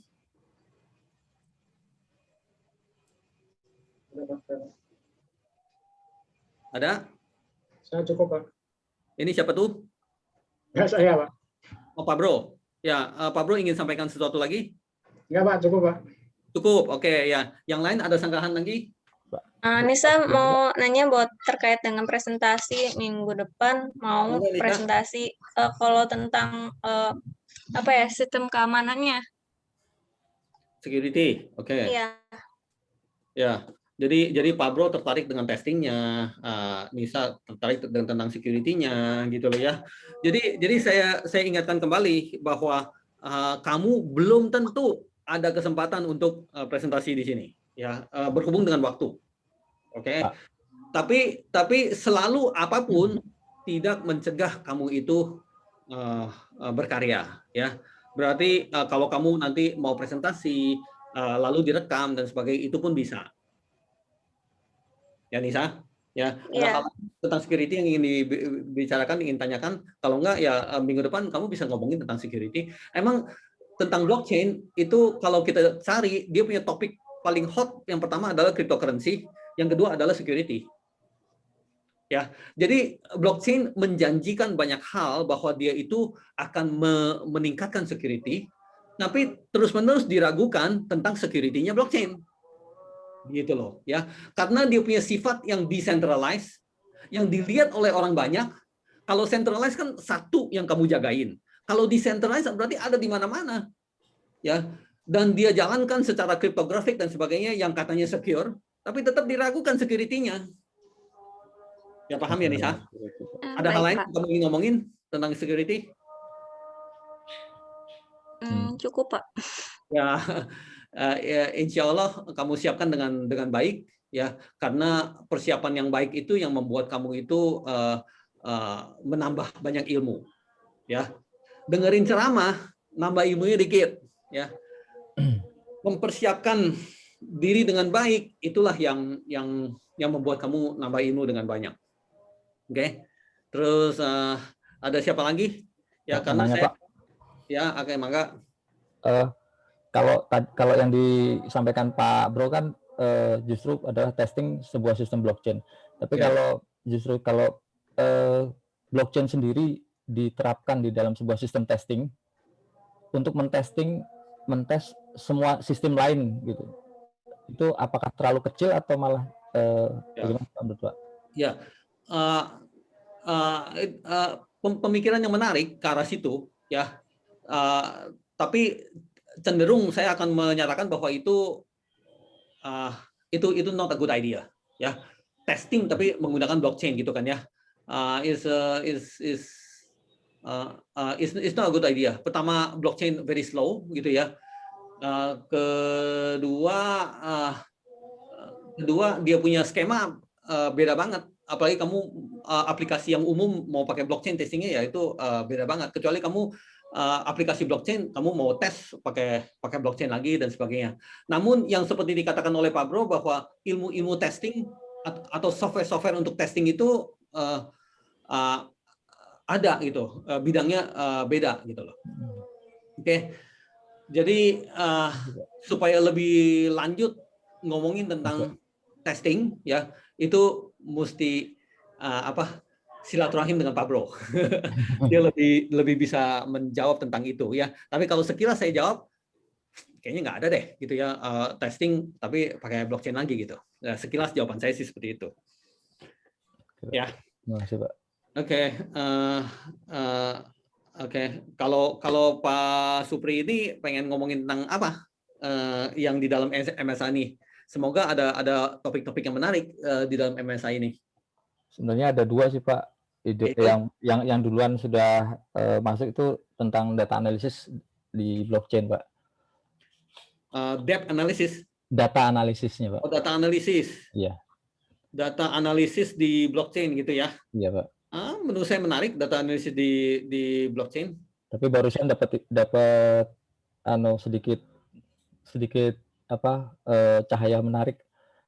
Kalau blockchain saya bawa ke ranah, mohon maaf Pak, ini kebetulan karena saya juga gabung sama teman-teman di Islamic Center. Siap. Dengan dilihat dari sisi hukum-hukum agama Islam gitu Pak. Siap ya. Tapi mungkin nggak saya karena tidak terlalu ke IT-nya, lebih kepada tinjauan hukum aja, tapi harus masuk juga ke dalam blockchain itu apa, kemudian dikonversikan bahwa, karena kemarin saya tertarik itu tadi Pak, yang bahasa Bapak yang artikel Bapak menyatakan blockchain itu salah satu yang membentuk juga sifat kapitalis itu, sehingga itu seolah-olah jadi loh kok begitu gitu, jadi saya merasa sebuah sistem sebenarnya bisa saja bermata dua gitu, jadi bisa ke sana bisa ke sini. Itu aja sih Pak. Jadi saya pikir harusnya bisa juga, karena memang dalam sistem keuangan syariah juga diperlukan sebuah sistem yang terpercaya. Apakah blockchain ini juga bisa memenuhi syarat itu apa tidak? Itu aja Pak. Ya. Tadi Pak Bro bicarakan tentang immutability. Ya, berarti data itu nggak bisa dirubah. Kalau misalnya data itu tulisnya salah, gimana dong dia itu nggak bisa dirubah dan sebagainya. Ya, itu tadi di dalam presentasi itu juga mengungkapkan dalam bentuk lebih banyak dalam bentuk pertanyaan-pertanyaan daripada solusi-solusi lah, ya gitu ya. Nah, itu butuh sifat-sifat dari akuntansi kita itu juga seperti itu. Akuntansi kita gitu ya. Berarti kalau ada orang yang pegang buku besar ya untuk perusahaan maupun keuangan negara atau keuangan di dalam perbankan dan sebagainya, pada saat kita udah tulis catatan-catatan transaksi yang ada ya, terus ternyata transaksi yang ada itu salah gitu ya, itu kita bukan cari-cari tip-ek, kita bukan cari-cari gusekan gitu ya untuk rubah-rubah hal-hal yang kita tulis salah ya, apalagi itu udah merupakan baris-baris selanjutnya atau lembaran-lembaran selanjutnya ya. Misalnya kita udah sampai lembaran ke-7 gitu ya, kita tulis dalam pembukuan kita. Ternyata kita mau gusek yang ternyata kita pengen gusek yang di lembaran ke-5 gitu. Kita udah sampai lembaran ke-7. Ternyata kita pengen tip-ek di lembaran yang ke-5. Itu kan nggak mungkin bisa di dalam pembukuan juga. Itu berarti sifat-sifat dari accounting, sifat-sifat dari ledger udah memang seperti itu. Memang tidak memperbolehkan kamu itu merubah-rubah yang ada. Ya, yang boleh adalah keluarlah transaksi baru untuk memperbaiki transaksi lama, sehingga ada track record-nya bahwa suatu saat tertulis di situ ternyata diretur. Diretur berarti sesuatu yang salah gitu ya. Dari A kirim uang $100 ke B, ternyata itu keliru Pak gitu ya. Ya udah, saya nggak tip-ek di situ. Katanya keliru tuh saya tip-ek, nggak boleh itu di dalam pembukuan. Saya hanya bisa di lembaran yang paling baru menulis lagi bahwa dari A yang katanya kirim ke B itu diretur berarti min 100. Ya, kira-kira sifatnya sama dari sesuatu pembukuan yang kita pastikan harus kayak gitu. Blockchain udah otomatis bersifat kayak begitu, sehingga blockchain itu sangat menjaga pembukuan. Tiba-tiba kita mengetahui bahwa di dunia ini segala hal yang tadi bilang kapitalisme itu, ya segala hal di dunia ini adalah pembukuan. Baik saya itu nikah dengan kamu, itu juga pembukuan. Baik saya memiliki mobil, ada BPKB dan sebagainya, itu juga pembukuan. Baik saya katanya STNK, saya KTP, ya saya bikin paspor dan sebagainya, itu semua adalah pembukuan. Nah, otomatis blockchain datang nih, karena dia jago di bidang pembukuan. Ya, yang nggak kasih kamu tip-ek dan sebagainya gitu ya, otomatis dia datang, dia hantam ke seluruh sendi-sendi internet yang ada di sini, yang dulunya internet, yang dulunya centralized, dia liatin kelemahannya, dia hantam pakai blockchain. Ya, kira-kira gitu. Nah, mari kita ngomongin tentang data analysis. Masih ada waktu nggak sih? Udah habis ya. Tapi saya tetap maksa ngomong ya. Ini kita ngomongin tentang data analysis yang ada di blockchain. Ya, data analysis itu sangat berkaitan dengan artificial intelligence, ya, dan juga sangat berkaitan dengan data science, ya. Jadi ada satu bidang ilmu yang katanya data science yang banyak melakukan data analysis. Tapi kita butuh tahu juga bahwa artificial intelligence bisa bergerak dan bisa bagus itu juga karena data, ya. Jutaan data, triliunan data yang ada dia analisa dan masukin ke dalam artificial intelligence. Ya, jadi itu semua masuk ke dalam bidang-bidang data analysis. Lalu ada blockchain dengan data analysis. Awalnya orang mengatakan bahwa blockchain itu nggak bagus untuk data analysis. Kenapa? Karena blockchain itu kecil, karena blockchain itu slow dan sebagainya. Mana bagus untuk data analysis. Ya, tapi sebaliknya orang menyatakan bahwa data bisa yang masuk junk, yang masuk palsu atau yang masuk sampah gitu loh ya. Jadi garbage in, garbage out. Kalau data yang masuk sampah, otomatis yang keluar juga sampah. Kita lagi mau melatih artificial intelligence, tapi data-datanya sampah, otomatis kita dapat artificial intelligence yang sampah juga gitu loh ya. Nah, data memang ada di mana-mana, tapi yang sampah banyak gitu loh ya. Blockchain menjanjikan bahwa data-data yang masuk, yang direkam di dalam blockchain itu otentik, nggak sampah. Sampah berarti orang yang sebenarnya sukanya biru tapi dibilang sukanya merah. Kayak gitu-gitu. Karena kepalsuan ada di mana-mana. Internet emang merevolusikan industrial revolution keempat, ya. Tapi ingat bahwa data palsu ada di mana-mana. Orang yang hadir di dalam internet itu semuanya anonim gitu lah. alias gitu ya. Kalau Supriyono keluarnya supri77@gmail.com gitu ya. Kalau di Instagram bilangnya Supri ganteng, kayak gitu ya. Udah anonymous semua gitu ya. Dan data-data udah orang susah bedakan antara data palsu dengan data benar dan sebagainya. Blockchain argumentasinya tentang data analisis pasti kelemahan. Ya, tapi argumen orang menyatakan bahwa blockchain akan menjanjikan sebuah keunggulan di dalam data analisis karena dia akan memberikan authentic data dan itu akan bisa dipartner dengan artificial intelligence. Ngerti nggak? Artificial intelligence itu butuh kecepatan semua, harus cepat sekali gitu loh. Tapi blockchain lambat banget dan orang bilang artificial intelligence nggak sejalan dengan blockchain. Tapi argumen-argumen mulai keluar bahwa artificial intelligence sangat membutuhkan blockchain. Ya, sekarang mobil listrik ada di mana-mana dan kendali udah self driving semua pakai artificial intelligence dan sebagainya. Di film-film udah banyak yang dihack. Ya, sekali dihack aja seluruh mobil-mobil listrik diambil kendali. Habis itu ditujukan kemana untuk menghancurkan sesuatu dan sebagainya. Ya itu mungkin bisa terjadi. Ya, walaupun kita sudah kekuatan artificial intelligence. Nah, solusinya kata orang ya blockchain, gitu loh. Udah ya, udah lewat 4 menit ya. Thank you guys. Ya, sorry kalau akhirnya saya malah banyak ngomong lagi karena sok taunya tinggi gitu loh ya. Tapi tetap bertujuan untuk memberikan manfaat kepada kelas ini. Sorry guys yang belum berkesempatan untuk memberikan presentasi, misalnya Fitra ya atau Vio yang sudah menaruhkan diri tapi belum mendapatkan kesempatan untuk presentasi.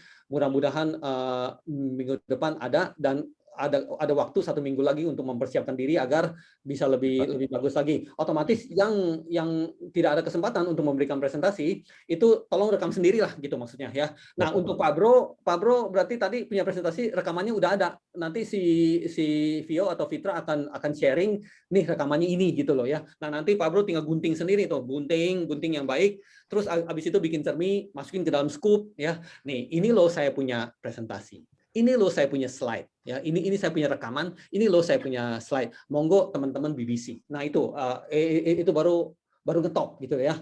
Dan UR mengharapkan di sini yang lagi kuliah itu seperti begitu banget gitu loh ya.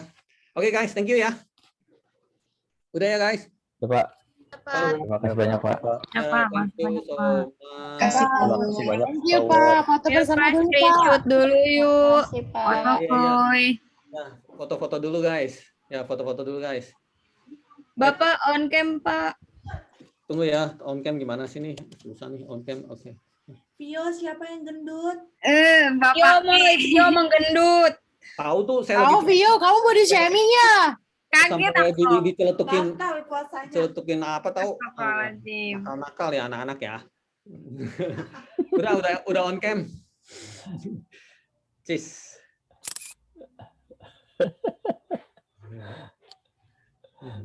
Ini siapa yang skripsi sih? Tahu nih. Saya juga sudah Pak. Udah ya. Oke Pak, udah Pak. Oke. Thank you Bapak. Jadi ingat sekali lagi guys ya, bahwa perkuliahan kita perkuliahan yang ubiquitous. Ya, artinya apa? Artinya dari pertemuan 1 sampai pertemuan akhir ya, pertemuan ke-16 semua ada jejaknya. Dan jejak itu akan selamanya ada. Selamanya ada berarti 10 tahun kemudian kalian mau lihat lagi itu pasti masih ada. Ya. Perkuliahan kita atau perkuliahan sama UR itu mesti ubiquitous. Ya. Nah, pertanyaannya adalah perkuliahan dengan yang lain begitu juga apa enggak? Itu sebuah tantangan gitu loh, ya. Kalau orang tanya, ada orang mau audit UR nih ya, bilang, "Coba saya mau lihat pertemuan kamu yang pertama itu seperti apa?" Itu UR bisa sampaikan. Ya, kalau orang lain saya ragu bisa gitu loh, ya. Terus kalau orang bertanya, "Ih, kamu kasih nilai bagus banget untuk orang ini. Coba saya mau audit." Gitu ya. Saya bisa keluarin skupnya. Ya. Jadi jangan harap orang berani audit UR, jangan harap, ya. Tapi orang lain sangat terbuka kesempatannya untuk diaudit, gitu loh, ya. Nah itu tolong kalian simak gitu ya, mikir-mikirin kok bisa begitu gitu ya.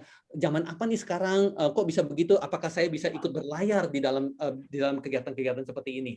Oke ya guys, thank you, bye bye. Terima kasih Pak. Terima kasih Ya, Pak U. Pak. Makasih banyak Pak UR. Ya, bye-bye. Terima kasih Pak UR. Assalamualaikum. Terima kasih Pak. Waalaikumsalam.